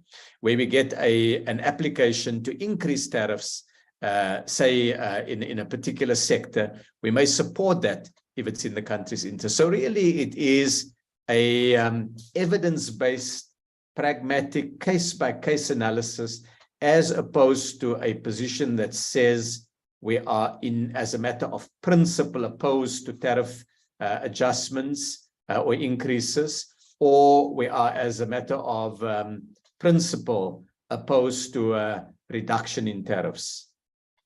I hope, Honorable Tswako, that helps to provide a little bit of context to the trade policy.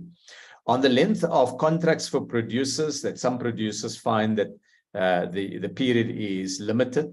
It is an area that I would like the department to pay more attention to, because when new and smaller producers are able to get longer production offtake commitments, procurement commitments, it will allow them to invest more heavily in their business, and that can only assist with long-term sustainability of their businesses. On why do we allow the United States to dump chicken in South Africa?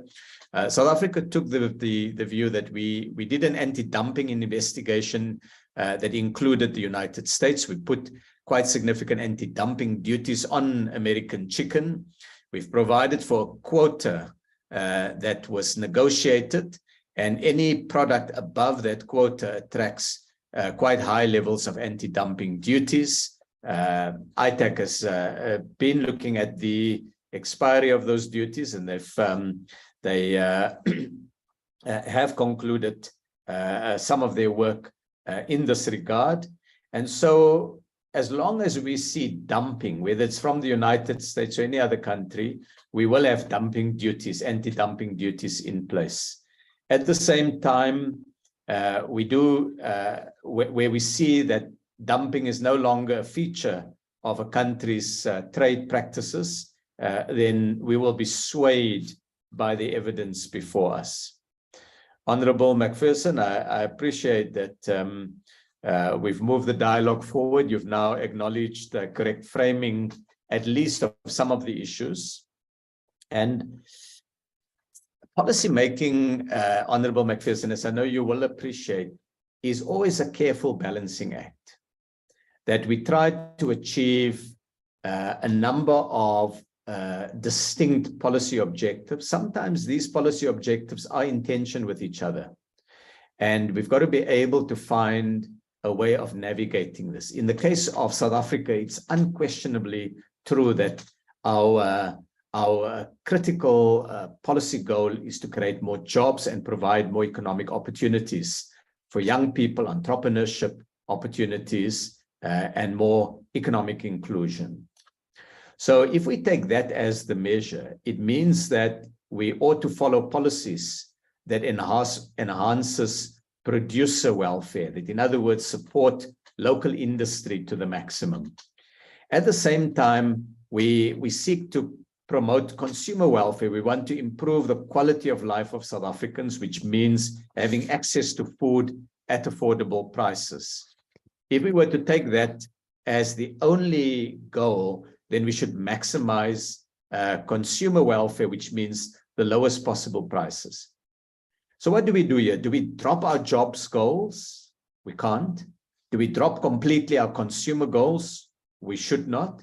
It's finding that careful balance. So where Honorable McPherson sees tensions inherent in the master plan, in how it seeks to address multiple goals, I say welcome to the world in which tensions are inherent in decision-making. It's, I hope, a degree of wisdom that we are able to bring as the public sector to the choices we have to make that can balance these carefully. On the one hand, we took the decision to increase tariffs in March 2020. So that would look carefully at producer interests. On the other hand, we've postponed the implementation date for the anti-dumping duties by 12 months. We know the producers were not very happy with that, and they had verbalized their position in the public domain, but that would assist consumers in finding a careful blend and balance in pricing. And that's really what the conduct of policy is all about. Honorable McPherson, I'm happy that you've met with a large poultry producer. I would be very happy to be favored with the details of the poultry producer so that we can see what their challenges are. But they are represented by SAPA, I would imagine. And here is an inherent challenge, Honorable McPherson, that you've experienced. On the one hand, you've met with a large poultry producer and you've taken their view as gospel, namely in the view of that person who spoke to you, the master plan, you say is not supported by industry, or is not supporting industry. On the other hand, you also make the point, Honorable McPherson, that the master plan unduly supports large players and allow these large players to make profits. Now, one can't have it both ways. Either they have the view that the master plan doesn't help them, or they have the view that the master plan does help them. And for me, that is when we deal with difficult ones, and we took the decision to start the master plans largely in the most difficult sectors of the economy. We could have chosen things like the global business services, or film production, areas that are relatively easier. But that's not where there were enormous numbers of jobs that were at risk immediately of being lost. So though it meant recognizing that it was going to be a difficult road, we took as government the view that part of governance is not to walk away from difficult sectors, but to confront that. And so SAPA and the CEOs of the poultry producers were all present at the recent meeting of the Executive Oversight Committee. And they all indicated they found as local producers that the master plan is helpful to long-term planning. They can see the approach that government is taking on the industry, and they in turn can make long-term investment commitments. That does not mean that industry will that industry will support every decision of government, or that every part of the master plan is comfortable to them. the CEOs were recognizing that we will put pressure on the industry to transform, to provide space for new players to come in, for young people to come in, for women-owned poultry farms, abattoirs, and hatcheries to emerge, and that's uncomfortable to players who have dominated the market to date. At the same time, thinking maturely about the industry, you want to retain the strengths of your existing players. You want to focus them much more to exports and the opportunities in the export market.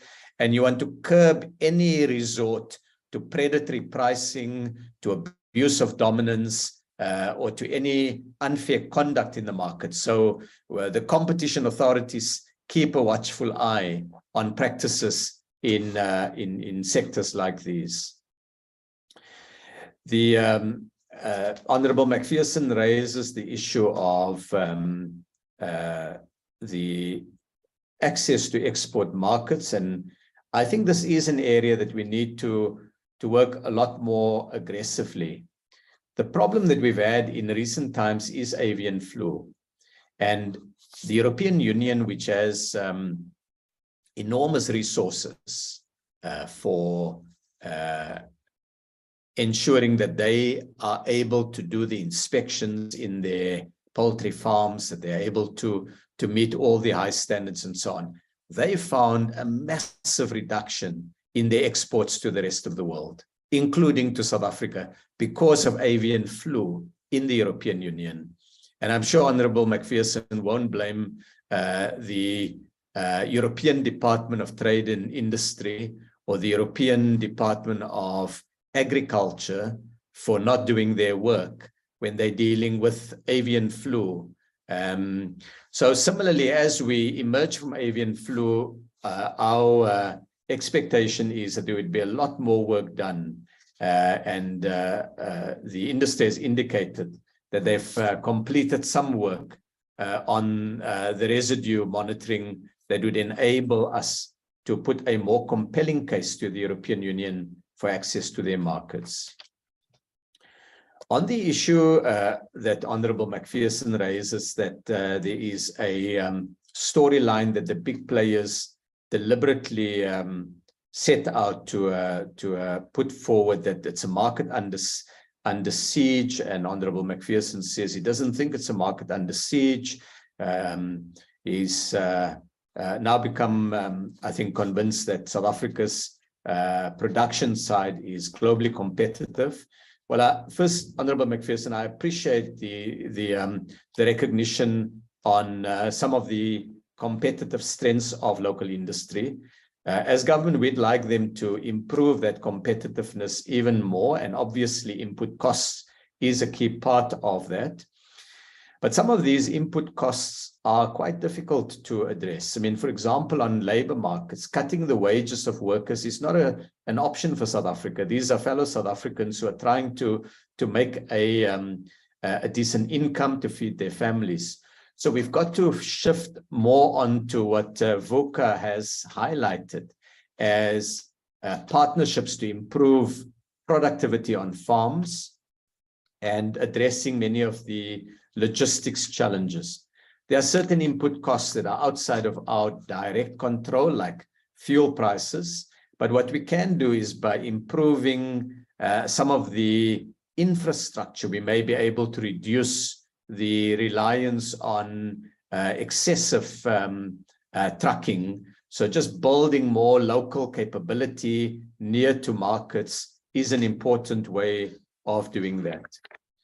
Honorable McPherson raised the issue of the extensive challenges with poverty and malnutrition. And I think that must always focus us enormously. It's an area of common focus across the different political parties in Parliament, that we all are committed to the same goals of fighting poverty and providing economic opportunity.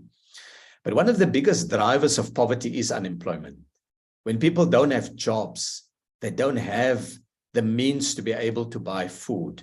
And so much as we need to have less expensive food, we also need to have jobs for South Africans. And it's that careful balance that we keep on working in the master plan.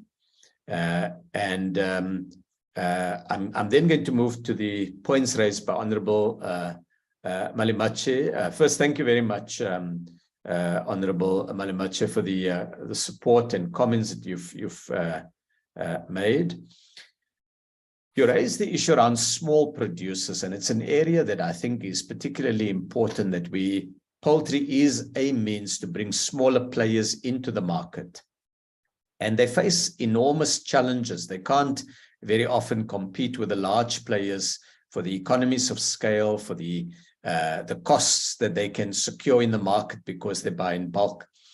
And so there needs to be a greater effort at coordination among small players. And one of the case studies that I highlighted earlier was of a cooperative venture involving a number of farmers collaborating with each other, with a South African, a female South African who's brought them all together. I think she's a chemical engineer by training, if I recall, from the case study. And what she's done, which is very, very interesting, is that she's brought different players together to see whether by combining their efforts, she's able to secure scale output, or at least some degree of scale output, and at the same time bring in economic opportunities for smaller players. And I'm talking about Ellen Mokau and Isondo Farmers Cooperative. And this was an instrument that was used by Afrikaner farmers in the pre-1994 area very, very extensively. Clover started as a farmers cooperative. KWV, BKB in the wool area was a farmers cooperative. So there's a lot of opportunity with those kind of cooperative measures to bring smaller players in.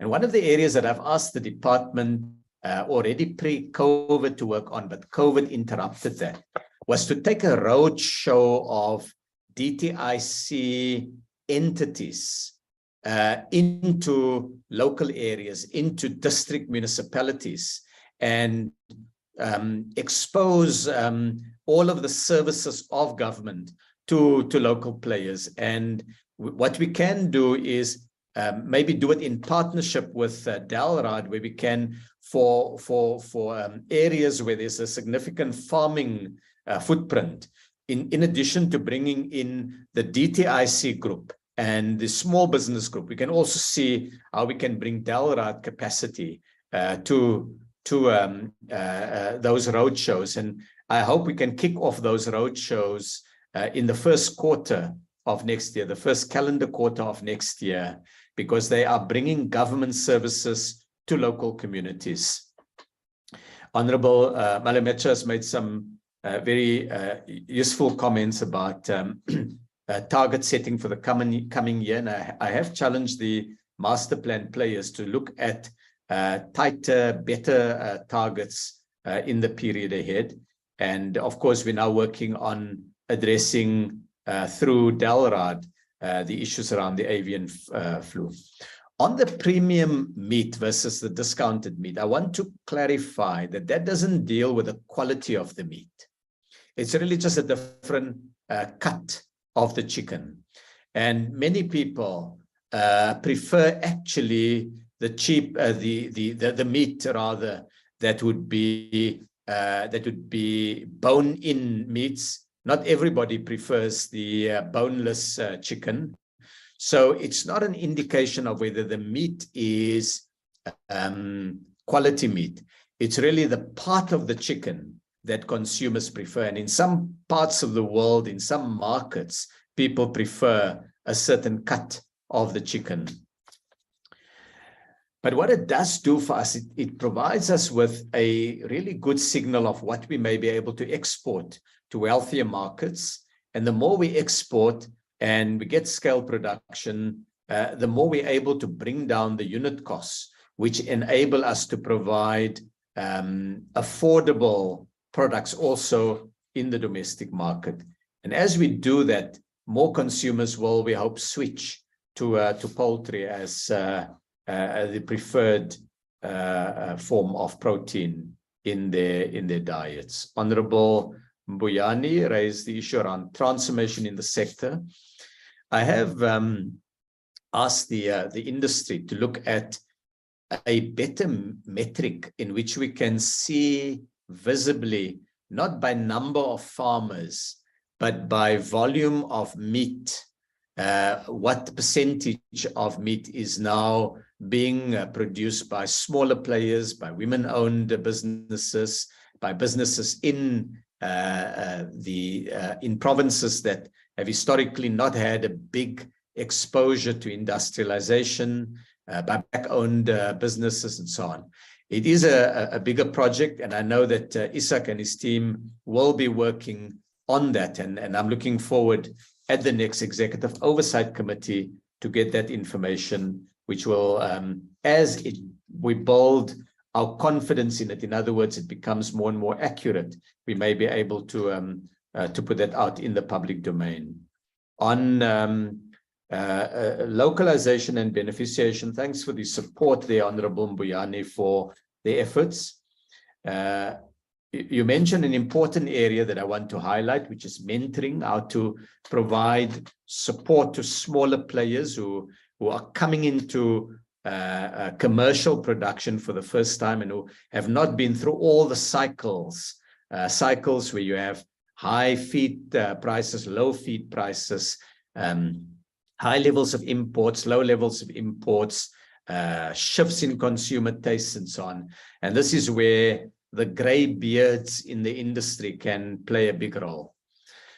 I do want to say, though, Honorable Mbuyani, you mentioned what can we do to protect some of these smaller players from the global value chain dynamics. And I think our job is really to expose them to those dynamics, to expose them to some of the fierceness of competition, but provide them with a little bit of support, but increasingly lower the levels of support, that they must be able to swim. It's, if we're going to build black-owned businesses that are competitive, it's going to be businesses that can survive and thrive in those markets. But to recognize that they come in without all of the advantage that incumbents, that people who've been there for many years have had. So they often need that initial support. But eventually, the industry needs to be able, and new players need to be able to compete in that market. You've asked quite a significant question around pricing of imported product and local product. I looked at some data earlier this year that gave us quite interesting insights into price movement for food products in general, not just poultry, just general food products. And what was striking is that the products that we were producing domestically was the price increases were generally lower than price increases of a number of imported products, and that our price index for food, locally produced food, was growing at a slower level than the global indices. In other words, that it made sense commercially and for consumers that South Africa had a domestic food producing sector. And that's something we shouldn't lose. More and more, I've just come from a very lengthy conversation in June at the World Trade Organization, and we asked the European Union to drop all their subsidies to their farmers so that our farmers can compete on equal terms with them. And Europe was very insistent on their need for food security. And so they are providing enormous subsidies to their farmers. It's done also in other countries. Japan support their farmers. India support their farmers through their public stockholding measures. So the agricultural market globally is not quite a free market. It's a market where countries want to make sure that in difficult times, they also have local production of food. And South Africans expect that from government, that we need to ensure that our policies enable local production of food. On finance for small businesses, they're quite an important part of what needs to be done. And so the work that the IDC and DALRAD has done recently to launch the 1 billion rand fund is an important response to that. Honorable Burns and Namashi, thank you for the very warm comments that you've made about the collaboration by different players in the poultry industry. And I recognize that this is an industry where very often the interests of the parties are not well aligned. The importers and the local producers have had a history of quite robust public engagement, and the newspapers love it because it gives them the opportunity to use a headline that the feathers are flying in the fights between the producers and the importers. But for South Africans, what we want is to recognize we're never going to eliminate the different economic interests in a market economy, that they're inherent in a market economy, that they can even provide enormous strengths to society, that you carefully mediate and balance those different interests. But it's to find areas, an increasing number of areas where the parties can collaborate. And for us, a big opportunity lies in the African continental free trade area. And as that gets switched on, we hope that the enormous energy that the import community has, that they can use that to export South African produced poultry to other parts of the continent. And of course, as soon as we resolve some of these SPS issues, that we can also sell more poultry to the European Union and to the Middle East. We've raised the Middle East issues in a recent trip to Saudi Arabia.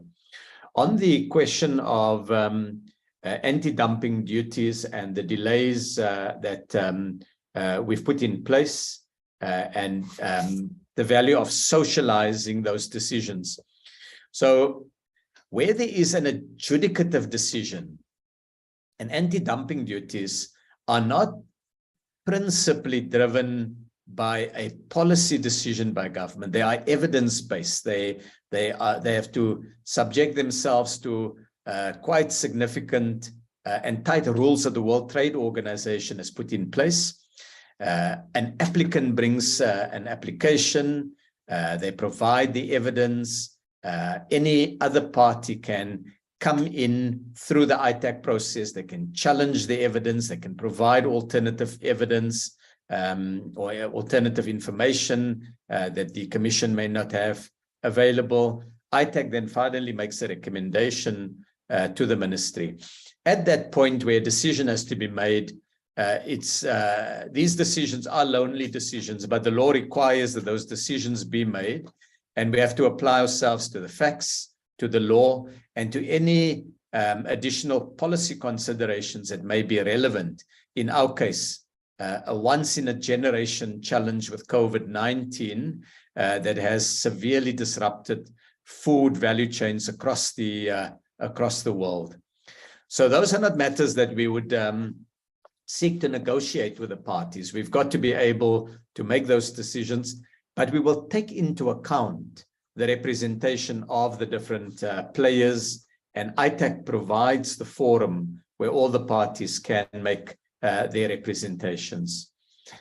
Some of the other issues that have come up, obviously, as in all industrial policy, they take place in a world that is rapidly changing. And what is striking is how more and more countries are recognizing the value of local industrialization. Yes, on food security, that's a particularly important one, but increasingly on areas of medical security. And now in the high-tech sectors, high technology is seen as a critical part of future jobs and future national security for countries. And so each of these areas are getting governments across the world to begin to use the very language that South Africa is using. Of course, with all these issues, there are always trade-offs, there are always careful balancing, and we've got to make decisions at the end of the day. and work closely with social partners in making those decisions as effective in their implementation. And so, Chairperson, as I conclude, I'd like to appreciate the work that the social partners do. It's our job to put more pressure on them on increasing the level of investment, on increasing the jobs in the sector, on keeping prices affordable for South Africans, in bringing more opportunity for new players to enter the market, to bring more Black South Africans, not only in poultry production, but also in that entire ecosystem, and to have the preparedness to see through the export market, because you can't switch on and switch off an export effort. It takes many years to make your first breakthrough. It takes many years to protect that breakthrough. And eventually, over time, you build that exposure in global markets that can provide additional jobs for South Africans. So thank you very much for the opportunity to highlight some of the work that has been done, Chairperson, and may I then hand back to you. Thank you very much, Minister, for this very enlightening presentation. We note, as you said at the beginning of your presentation, that the implementation of the master plan on poultry has involved balancing the interests of stakeholders, including producers and consumers, and that is not an easy task. We thank you for the work. We thank the industry stakeholders that has come to give us their view on short presentations. Thank you very much, Minister, for that presentation. We will now, as a committee, take a short break, and then we'll continue with our agenda, but we will then release the Minister and the stakeholders so that we can conclude our meeting. Thank you very much, Minister, for this last presentation of 2022. Thank you very much, Chairperson. And on behalf of the department and Deputy Minister Gina and Deputy Minister Majola, if we don't see members of the committee again in committee, we hope members have a restful festive season and come back energized to take forward our common effort across different political parties and all members of parliament to make South Africa a better place for citizens and for residents. Thank you very much, Chairperson. Thank you very much, Minister, and your team. Thank you. So we'll break until 22:12 and resume our meeting. Thank you very much.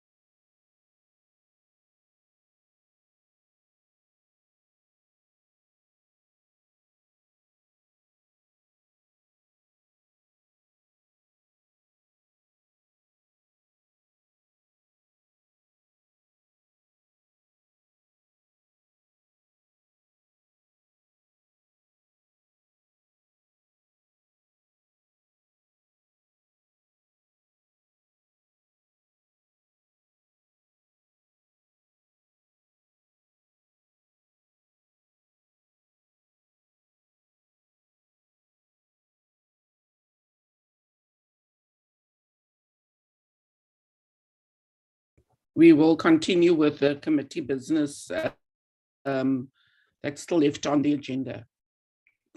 Thank you, Dr. Boshoff. Members, we are also considering, as per the next agenda item, the first quarter program for 2023.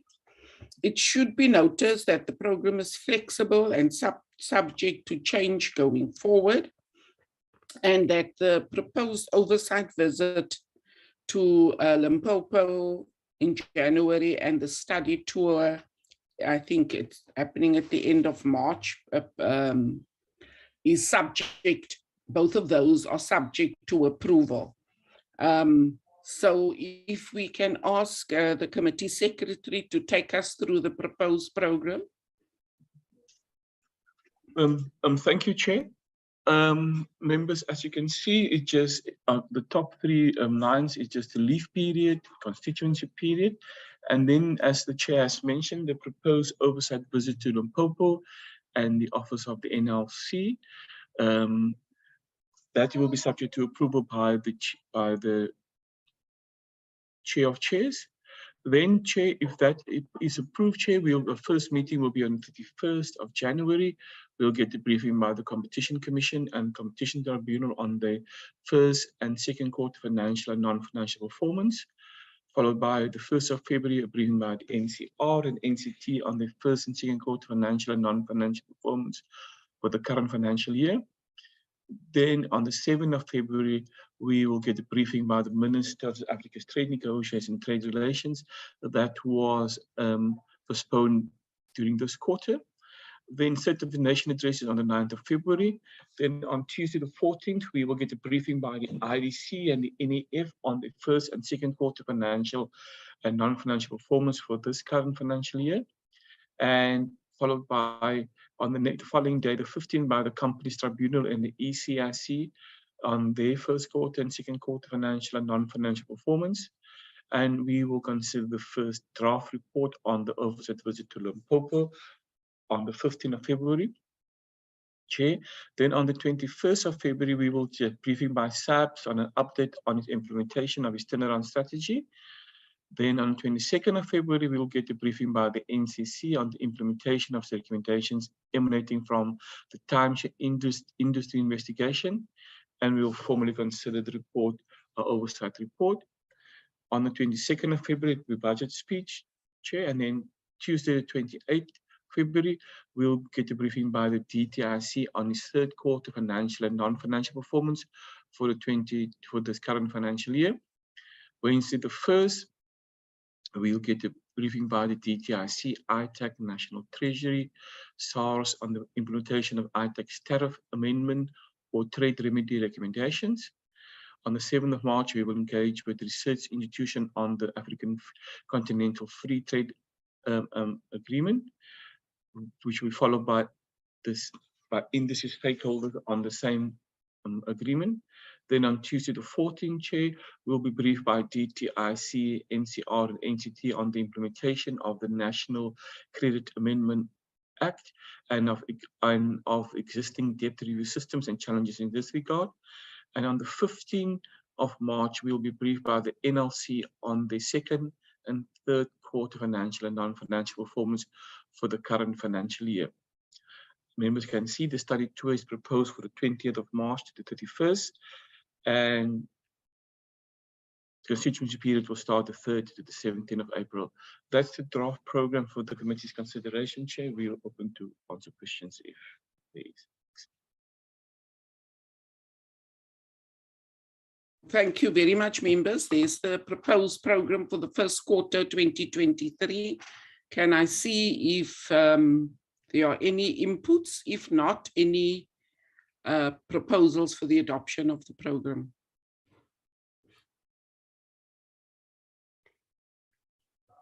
Honorable Mbuyani. Thank you very much, Chair, for the opportunity. Chair, I propose that we adopt the program as presented. Thank you very much. Thank you. Can we have a seconder for that proposal to adopt the program?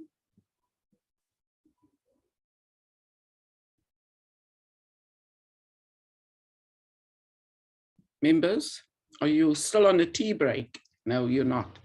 Honorable Malamacha.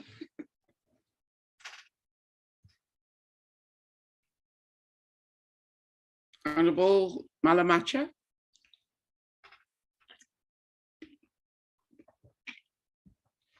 You must unmute. Oh, thanks, Chair. I'm trying that. Yeah, I stand to second the proposal from the Chair. Thanks. Thank you very much, Honorable Burns Mashe. No, thank you, Chair. I was going to second, Chair. Okay, thank you.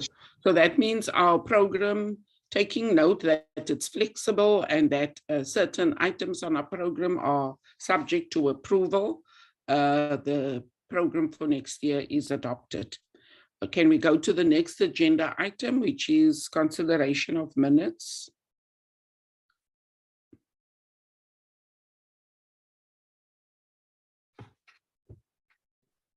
Chair. Thank you. You may proceed. Chair, the minutes of the 15th, we had dealt with committee business and we were briefed by the Minister on the World Trade Organization. We also received a briefing by the Minister on the outcomes of Black Industrials and Exporter Conference, and we formally considered the budget review and recommendation report, Chair. Chair, if you go down. I think we had an apology of Mr. McPherson during that meeting, Chair. If we go down.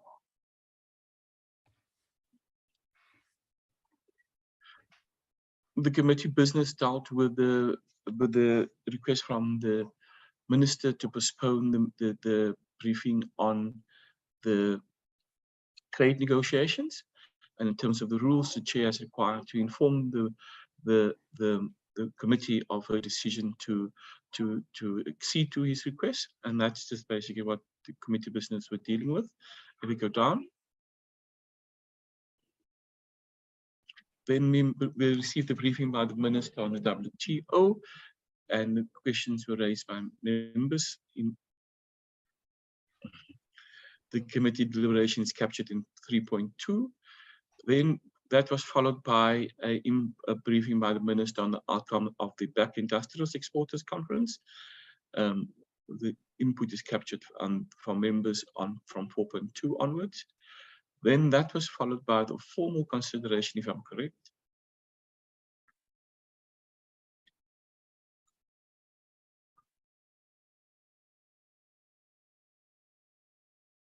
Oh, it was originally, yeah. And then, Chair, because of the time constraints, you informed that in the BRRR will be postponed until the 16th of November. The meeting adjourned at 12:53 until 16th.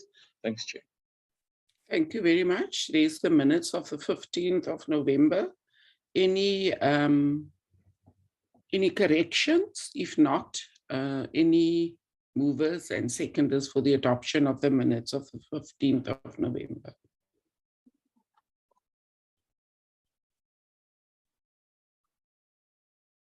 Members, are we agreed that this is a true reflection of our meeting? Honorable Malamacha. Thanks, Chair. I stand to agree that this reflects the true reflection of our meeting. Thank you. Thank you. Honorable Mbuyani. Thanks very much, Chair. I second that we adopt the set minutes. Thank you. Thank you. So our minutes of the 15th of November is duly adopted. Next set of minutes.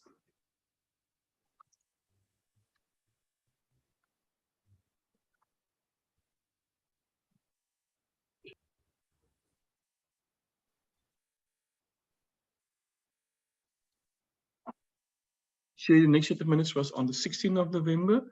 We formally considered the budget review and recommendation report.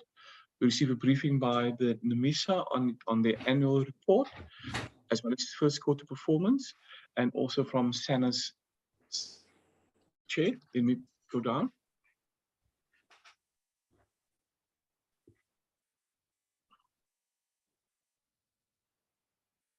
Chair, we had an apology from Mr. McPherson for this year meeting. Chair, just a standard introductory. We've chaired that members considered the formal the BRRR. It was you submitted it and we captured the conclusions. If we come down, it's accurate. We go down.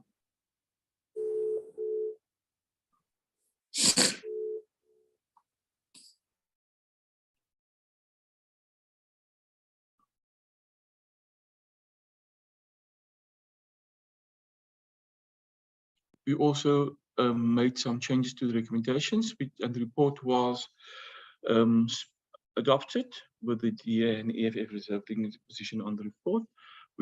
That was followed by a briefing by Nomisa on the annual report, as well as his first quarter performance. And Mr. Mkufi and Mr. Shlapelo proceeded to brief the committee, and 3.2 captured the issues raised by the members. If we go down. That was followed by a briefing by Sanas on the annual report and first quarter performance. Mr. Baleni and Ms. Thomas briefed the committee, and 4.2 captured the issues raised by the members. If you go down. Meeting adjourned at 12:55 until Tuesday, the 22nd of November.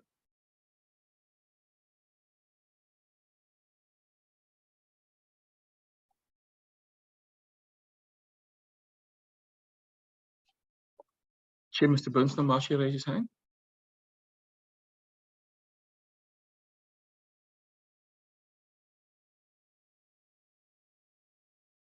Oh, sorry, I was muted. Honorable Burns, Namashi. No, thank you very much, Chair. On a lighter note, I think Andre seems to doubt the royal status of my kingdom. Andre, please. I will not. Maybe he has a head of cattle to offer. Yes. You must bring it. No, thank you, Chair. Are you proposing adoption of the minutes of the 16th of November? Yes, Chair. Okay. Thank you very much, Honorable Malamacha. Thanks, Chair. I send to second the proposal of the adoption. Thank you. Thank you. Minutes of the 16th of November duly adopted. Next set of minutes.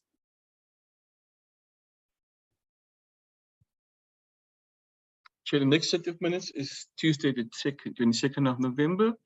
We received a briefing by the Free State Department of Economic, Small Business Development, Tourism and Environmental Affairs on the status of implementing the Maluti Mafung Special Economic Zone, and also briefing by the Free State Development Corporation on the status of the Port Shabelo and I'm not going to pronounce Industrial Park. Chair, that was, I think we still had an apology from Mr. McPherson, and then also from Mr. Prince Burns Tamashe. We had the introductory input captured in under one. We were briefed by Mr. Mohale and Ms. Ngemani on the development of the industrial SEZs in Free State. That's followed by Mr. Lobelo, who briefed the committee on the industrial parks. 2.3 captured the issues raised during the deliberations by members. If you go down.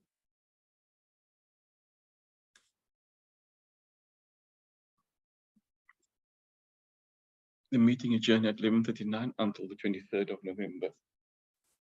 Thank you very much. Any corrections? If not, movers and seconders for the adoption of the minutes of the 22nd of November is tabled. Honorable Mbiani.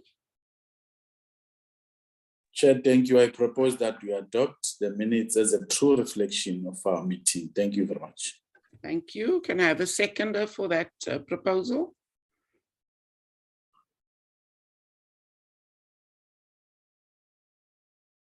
Honorable Malamacha. Thank you, Chair. I stand to second the proposal. Thank you very much. Minutes of the 22nd of November duly adopted. Next set of minutes. Chair, the last set of minutes is the 23rd of November, where we were briefed by the National Consumer Commission on the annual report, as well as its first quarter financial and non-financial performance. We considered minutes and it had dealt with some committee business. So if we go down, Chair.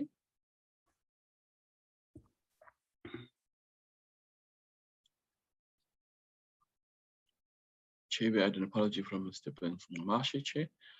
The point introductory notes are captured under 1.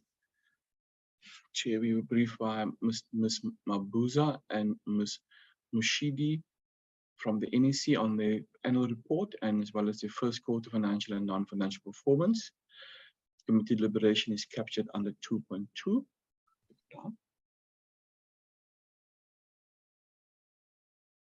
If we go down.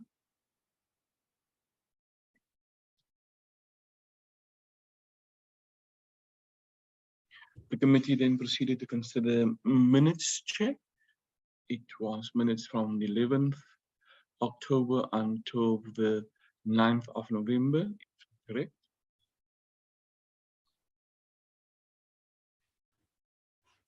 Thereafter, we dealt with some committee business, Chair. It relates to the possible study tour in 2023. The committee agreed that South Korea and Vietnam be the countries to visit. Meeting adjourned at 10:57 until 29th of November 2022. Thanks, Chair. Thank you, honourable members. Here's the last set of minutes. If you think it's a correct reflection of our meeting on the 23rd of November, I'll call for any corrections, if such, or mover and a seconder for the adoption of the minutes as tabled. Honourable Mbiani. Chairperson, thank you very much. I propose that we adopt the minutes as a true reflection of what transpired in the meeting. Thank you very much. Thank you, Honourable Malamacha. Thank you, Chair. I want to second Comrade Mbuyan that we adopt as it is. Thank you. Thank you very much. That concludes minutes. And I think that's the last agenda item. Besides closing remarks, can I just check whether the committee secretary has any announcements he wishes to make?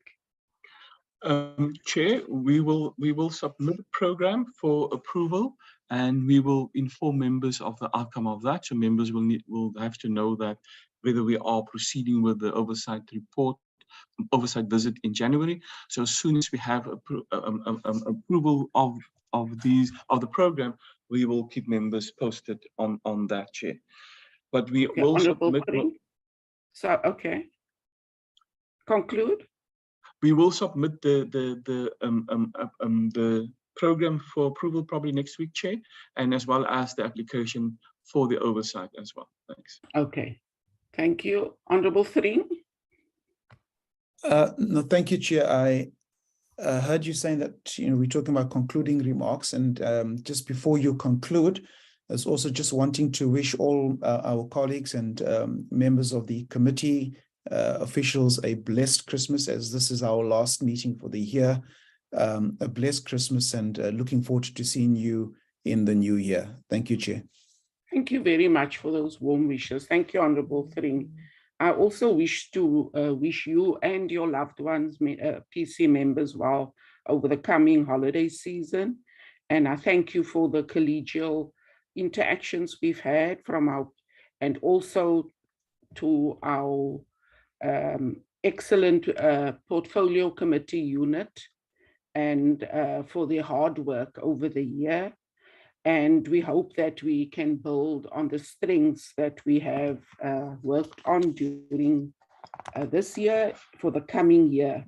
And then just I want to wish you traveling mercies for those who will be traveling abroad or in our country for a very safe journey. Thank you very much, members. That's our last meeting for the year. Go well. Thank you, Honorable Chair. Farewell. Long live the chair. Long live the chair.